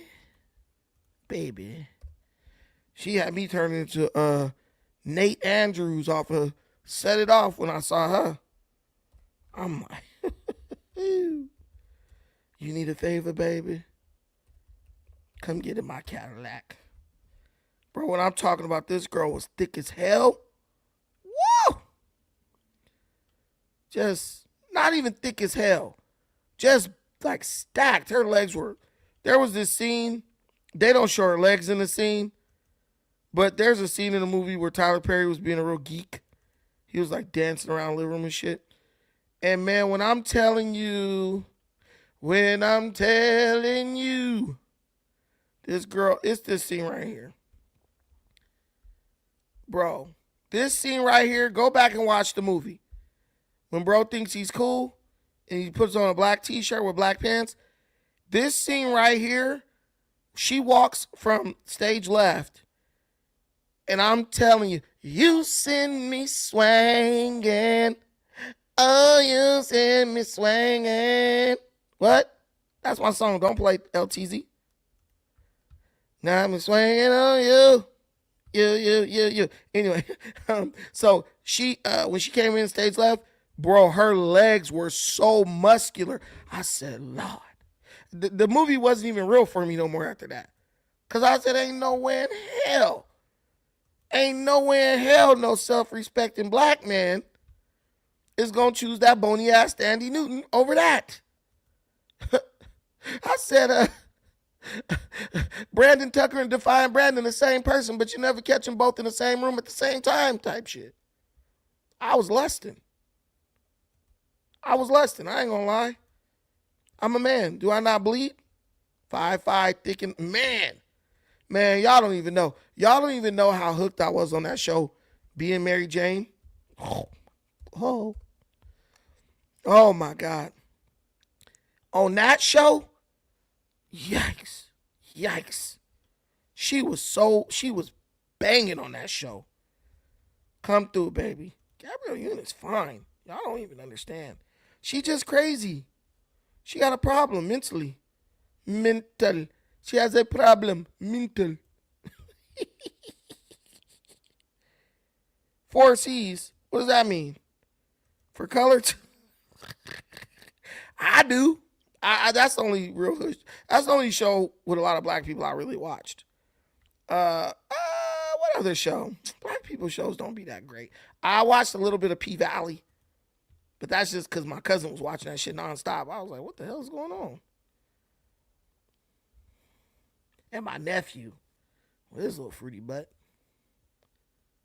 That nigga love P-Valley. I'm like, bro, come on, bro. What you here watching? I can't do too much like on camera suggestive shit. I hate that. Oh, y'all talking about Suspect? Y'all talking about Suspect? Damn. Been rocking with Newton since Beloved and Mission Impossible. Danny Newton's a cool actress.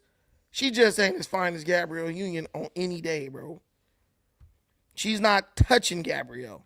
Gabrielle Union is fine. Like fine. She's gonna be fine when she's elderly.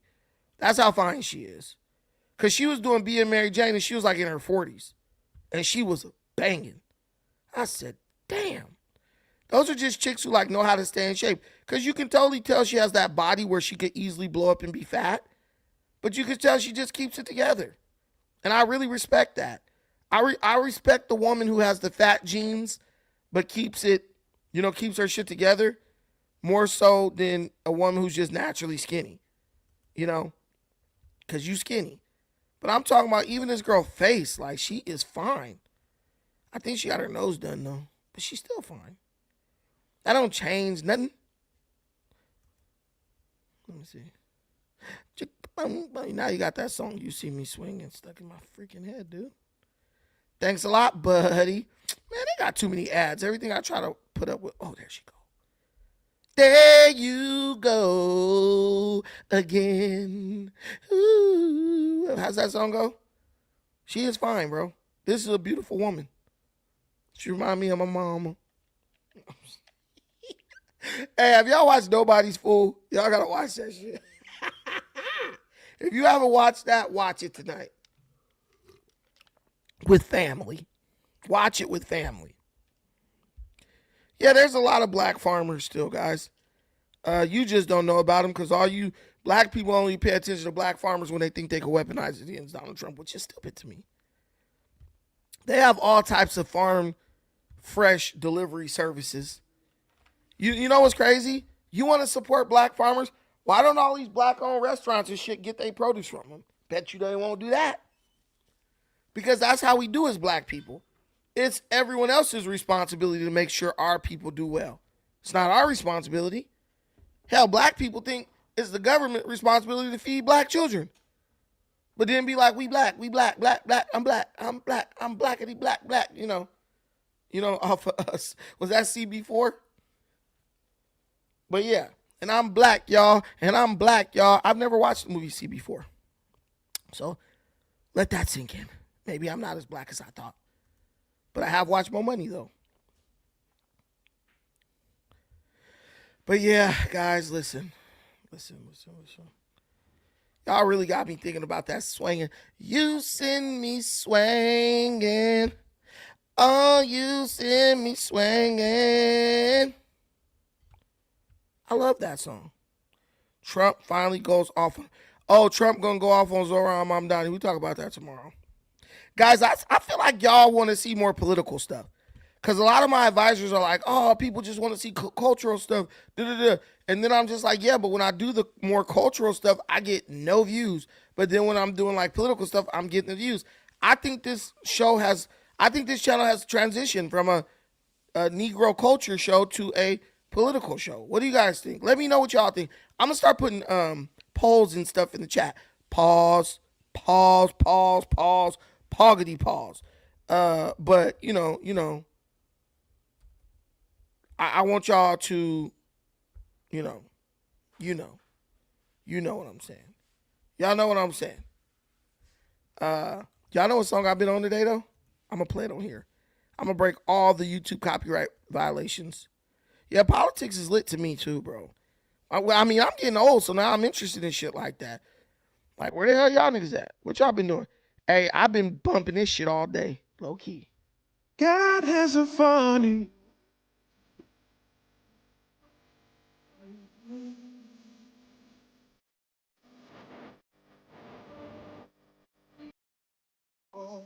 Y'all ain't up on this.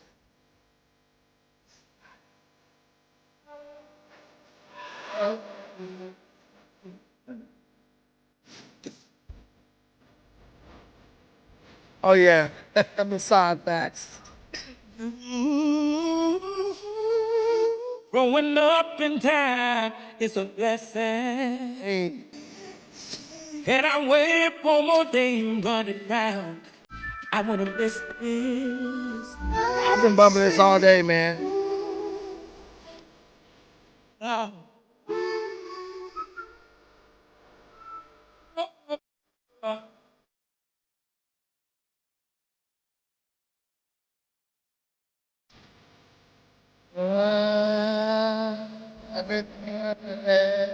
Let me to you. Oh, baby, oh, sleepless nights, all the heartbreak I had, let me to you.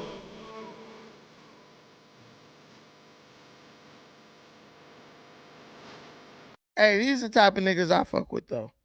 Y'all like niggas who want to steal your wallet and shoot you and fuck your girl. I like niggas that be doing stuff. I like niggas that's talented. You know what I'm saying?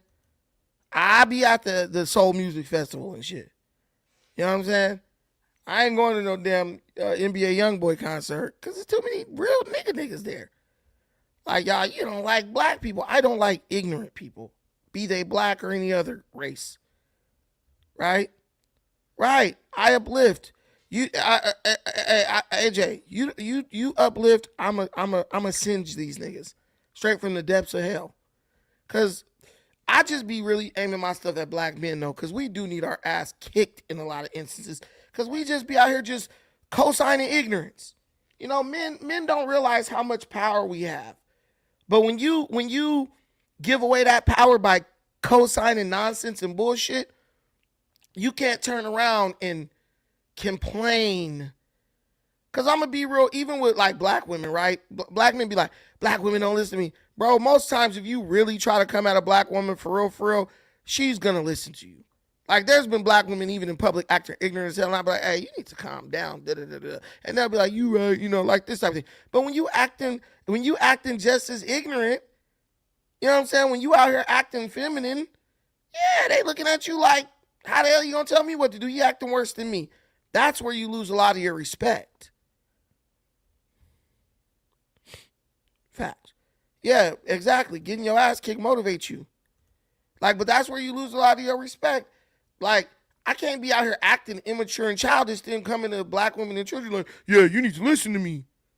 Like I'll give you one example. The do-rag wearing Puerto Rican dude. He made a point, and his point was right. I said, okay, you're right. I agree with you. How many black dudes would have tried to die on that fucking hill? How many black dudes would have been trying to argue and do mental gymnastics? I didn't forgot what the point was even that he made, but he was correct on it, whatever he was saying. Not the post office stuff, but it was something else we was arguing about. And I Googled it, and bro was right. Okay? But some people would have tried to do mental gymnastics to try to make it look like he was wrong in some roundabout way. I just literally was like, bro, you right. Keep it moving. The problem with the problem with too many black men and women is that we don't know how to be wrong. We don't know how to say, hey, man, you're right. I'm wrong. There's no skin off my back. It ain't a loss for me, really. It's just me giving you your flowers. You're right. Okay? We're going to do a show tomorrow about Almighty going to jail. I should do it tomorrow. What's tomorrow? Tomorrow, Friday? Yeah, maybe I'll do a show tomorrow, Friday at 12 o'clock and just roast his ass. But, yeah, goodbye, nigga. Goodbye. Hey, that nigga hairline sitting back already. He coming back from jail looking like George Jefferson. That nigga suspect coming out of prison looking like George Costanza, bruh. That man is coming out of prison. He gonna go in almighty suspect. He gonna come out looking like George Costanza, bro. I swear to God. He gonna go in. What's his real name? Barone? He gonna go in Barone. And he's gonna come out George.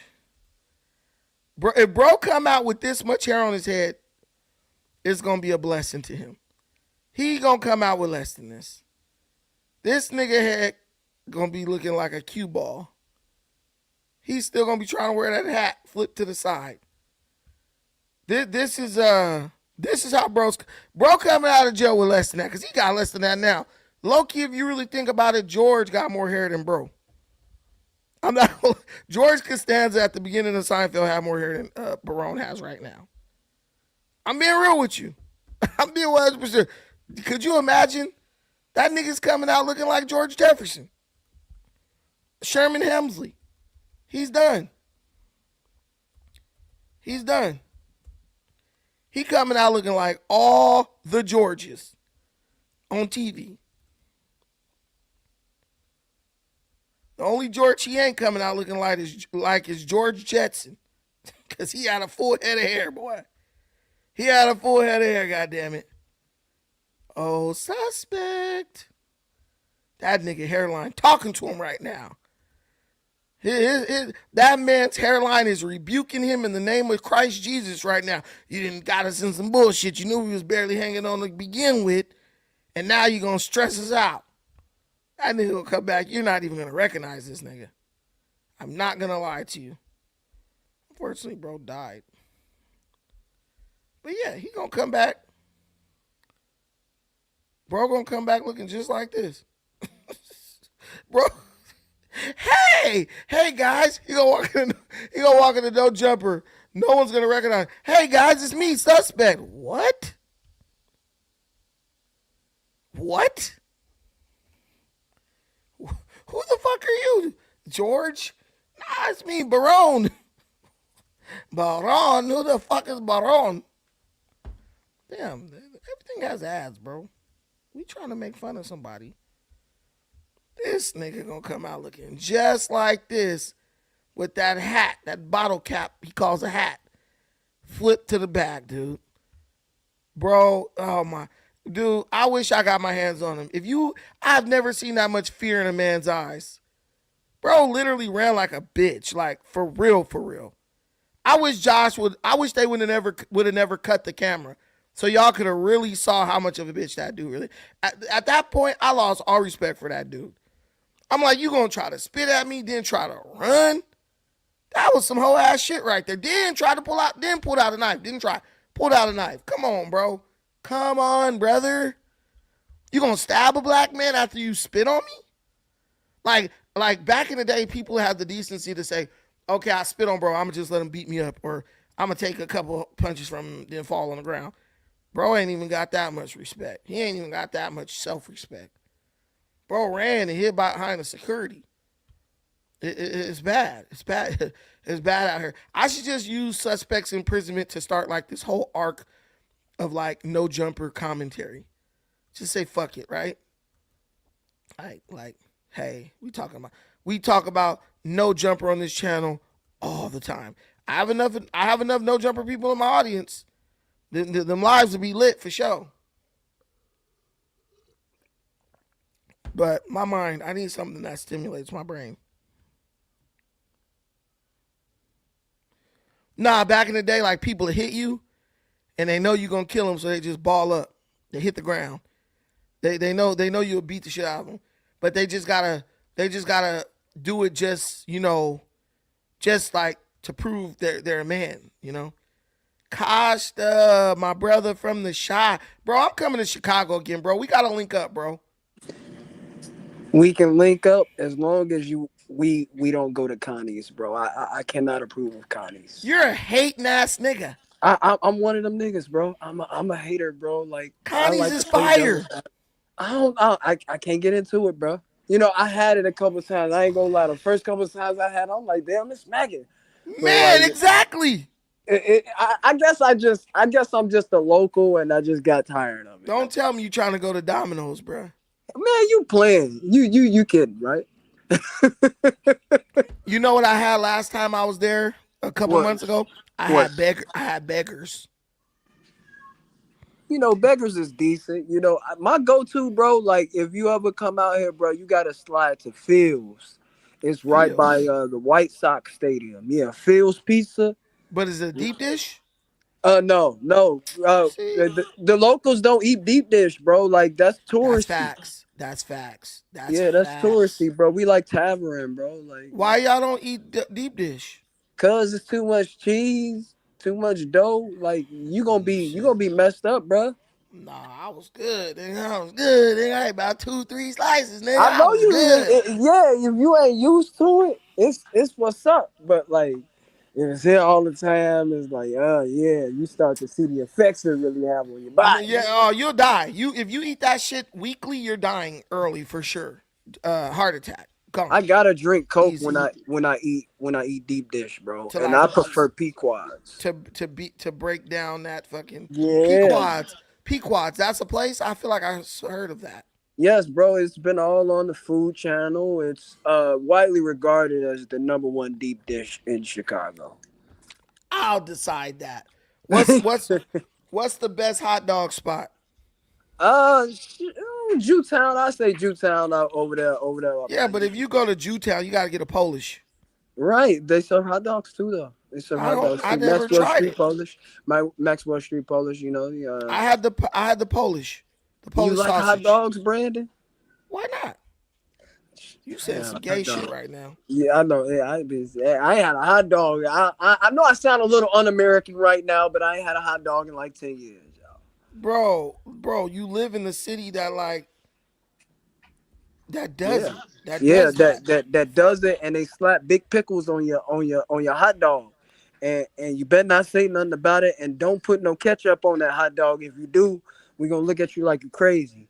Only mustard. The place I like was the place where they curse you out. Where's that? You put me on game. Damn, it's got these 2 black ladies, and if you go there, they curse you out. The Wiener Circle? Shit. Is that what it's called? Bro, yeah, you educate me. The Wiener Circle? The Wiener Circle, bro. They cuss you out. You son of a bitch. Okay. I think I heard something about that. See, it's so many places I still ain't. Hey, Brandon, I didn't grow up in Chicago. I grew up in the suburbs. I'm a bird. But you've been there long enough? Yeah, I've been here long enough, but I don't eat out enough. I'm surprised you ain't bought about 4 houses in that bit. Oh, yeah. It's coming. It's coming. I gotta be a landlord, you know what I'm saying? I ain't trying to live here though. Like, no. My damn cousin, shit, them houses in Chicago so damn cheap, bruh. You can buy a house like just on a random whim. Like, hey, I'm gonna buy a house, nigga. Like, the thing is, America and used they also offer first time home owners loan for like $16K right now. And the thing is, Illinois has because they want people to stay. They want people to stay, right? And everybody want to leave. And you know something about this because you live in Cali, but Illinois got high ass property taxes, bro. Like, so it's crazy. Ain't no tax that high. I'll be getting me 2. I'm about to come out there and buy 2 houses in Illinois. I mean, in Indiana. Indiana. That's what I'm saying, bro. Right there. Now you speaking. Now you talking. We could be neighbors, bro. Listen. I'm telling you right now, if the Bears move to Northwest Indiana, there is a 99.9% chance that I'm buying 2 houses out there. So you think this is going to be the Northwest Indiana Bears, or they're gonna make a Chicago Bears? I don't care if it's Chicago Bears. They still gonna, but they're gonna. I don't think they're gonna leave the city, bro. Listen. If they do, they going to Arlington Heights. Bro. In Indiana is laying out rolling. They should leave because I think Indiana gonna appreciate it more. And you're going into a new market. Because if you really think about it, all Indiana got is the Indianapolis Colts. That's it. And that's way down at the bottom of the state. What about the Pacers? That's basketball. Okay. But I'm talking about for football, you bring in a new market, bro. There's people in Northwest Indiana who got money. All types of dealerships for promotion. Yeah, I don't think Arlington Heights, bro. I think Indiana. The thing is, they're trying to put it in Hammond. But that's okay because you got the international airport right there in Gary. Right. So people who are fans could fly in there. That's way less congested than O'Hare. And I think it's a better drive than to go all the way to Arlington Heights. Bro. Way better. Because it's more scenic as well. We got that Skyway Bridge, man, going up that sky. And you got to pay like 2 or 3 tolls, but it's worth it because the view that you get of the city is amazing. And not bro, I've been on those toll roads, all that, bro. The first time I ever drove in Chicago, I drove through Chicago, stopped, got me a dog, got back on the freeway, and drove to Indiana, to Griffith, right? I mean, listen, if you're a newbie and like me, and you can drive out there in the snow and shit to go to Indiana, that's easy. That's easy right there. I would say it would be easier if we were just driving to the old Bears Stadium, because it gets very congested around where that stadium is at. Bro. Oh my! Bullshit. I used to work right there on that museum campus, and leaving there, I remember I was taking the bus at this time, bro. I swear to God, bro, to move like 10 feet, it took like 30 minutes. Bro, listen. One thing I love about Chicago, I don't see how y'all don't spend all y'all money up in them fucking museums. Actually, the museums is free, most of them. Well, they're not free, but they're free for certain days for like Illinois residents. Yeah, because I was up in them bitches for free. They didn't even check me. I walked right in. You checked out MSI? Bro, I went to every last one. I don't know what it was called, but I went to all of them. I was down there walking like a fool, cold as hell. It wasn't snowing, but it was freezing. Man, I got videos of me all up in the museums and shit. I love that. I'm into that. I could literally move to Chicago, bro. But let's check out this Wiener Circle. So I like this place. The hot dogs are really good as well. And the ladies were sweet. They was like, "You too cute. We not gonna curse you out." I was like, okay. Give me my damn hot dogs, bitch.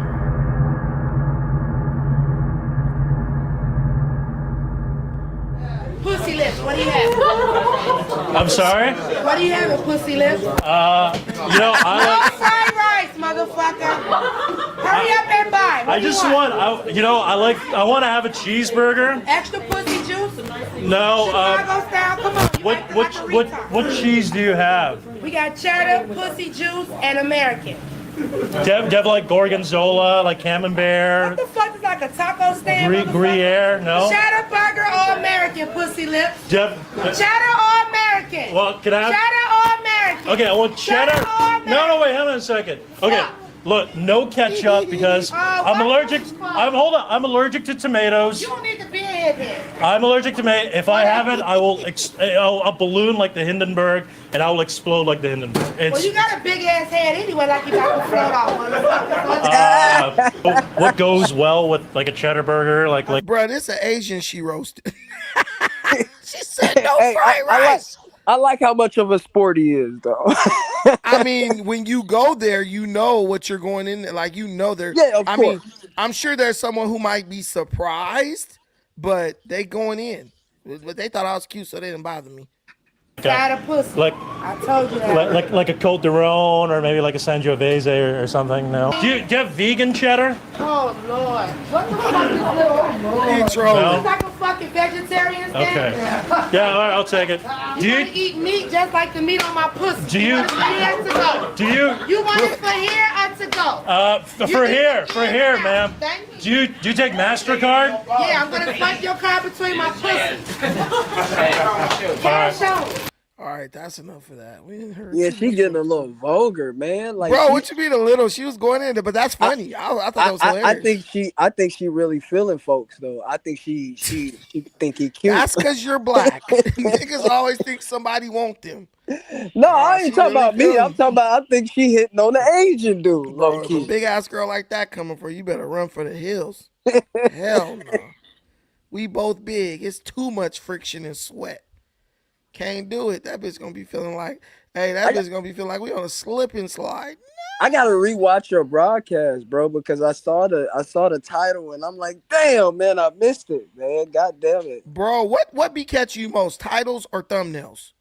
The titles for sure, bro.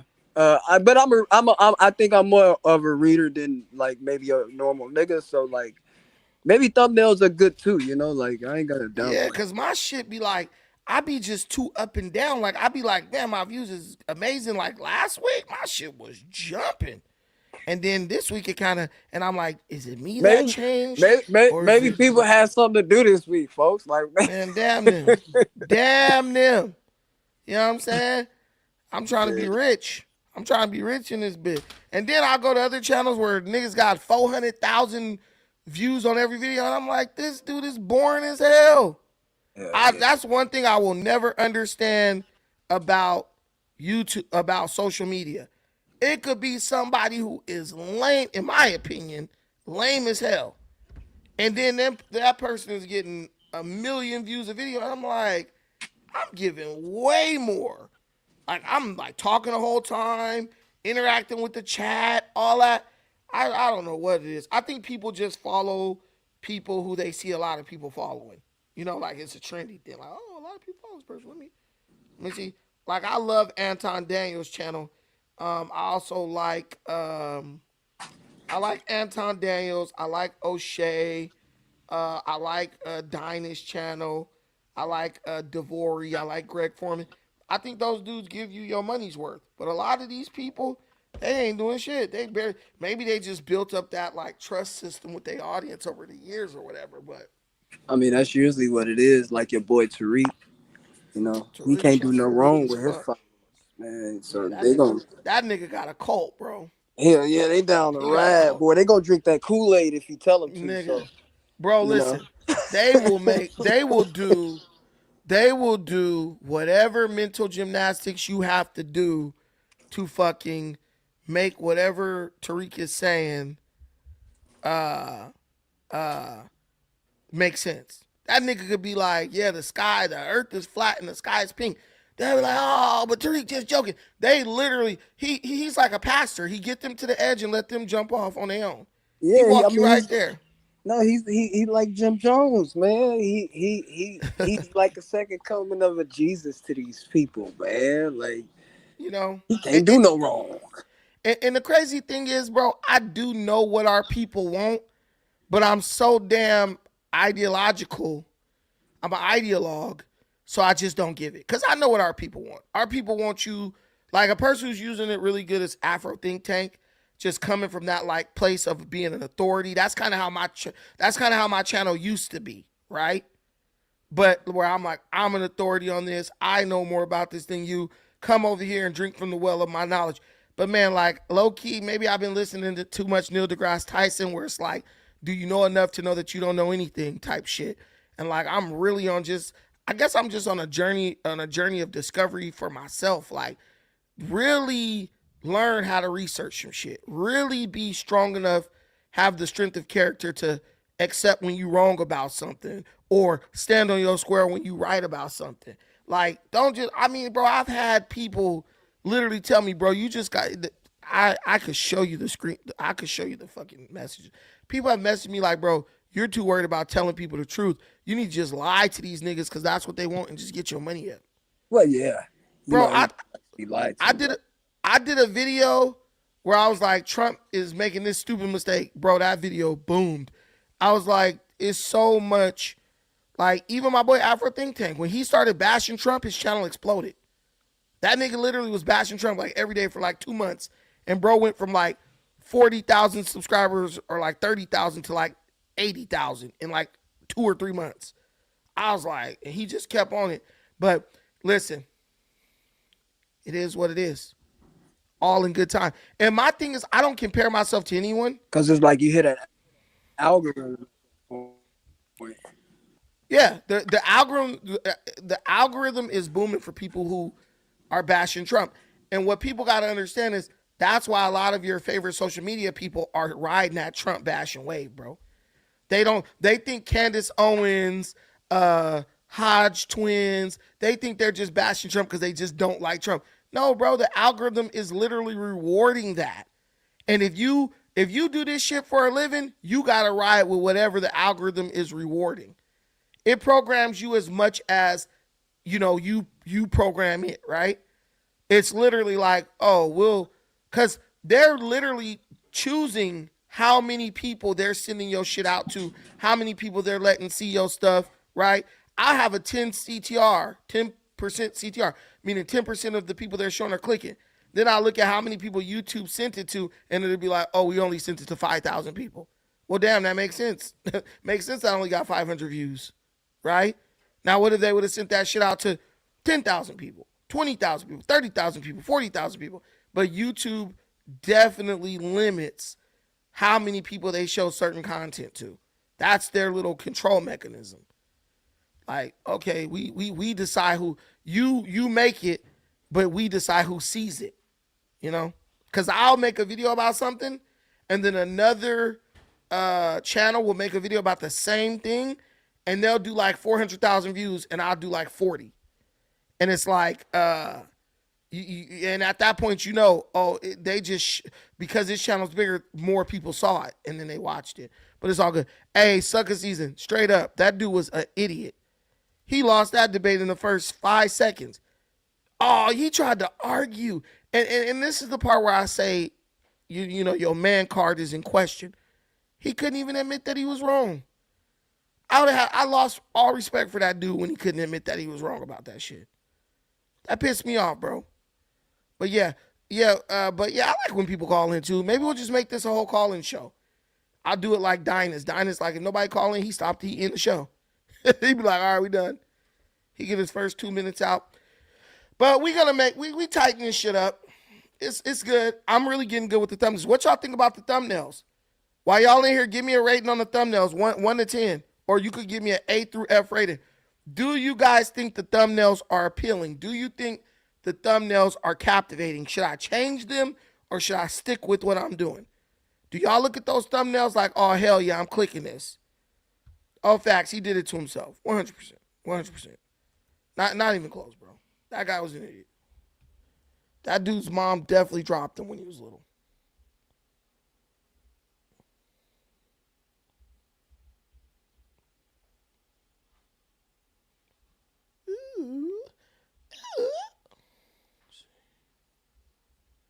Yeah, my boy AD.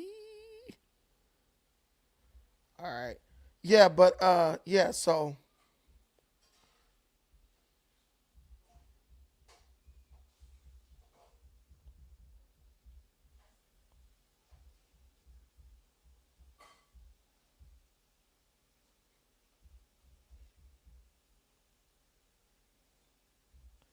hold on.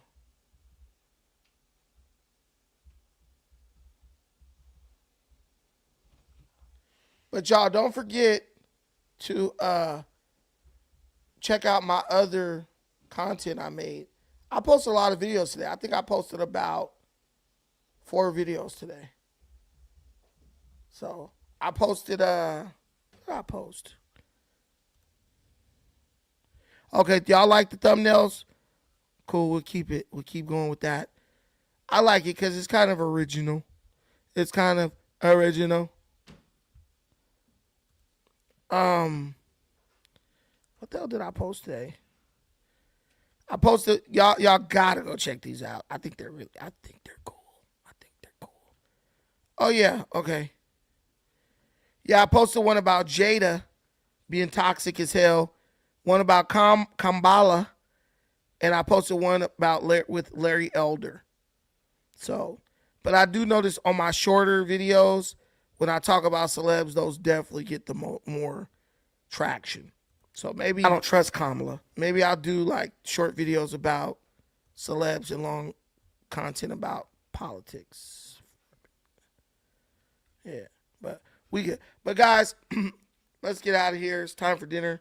I smell something good cooking. It's time to eat. You know what I'm saying? I'm feeling like bruh man from the 5th floor right now.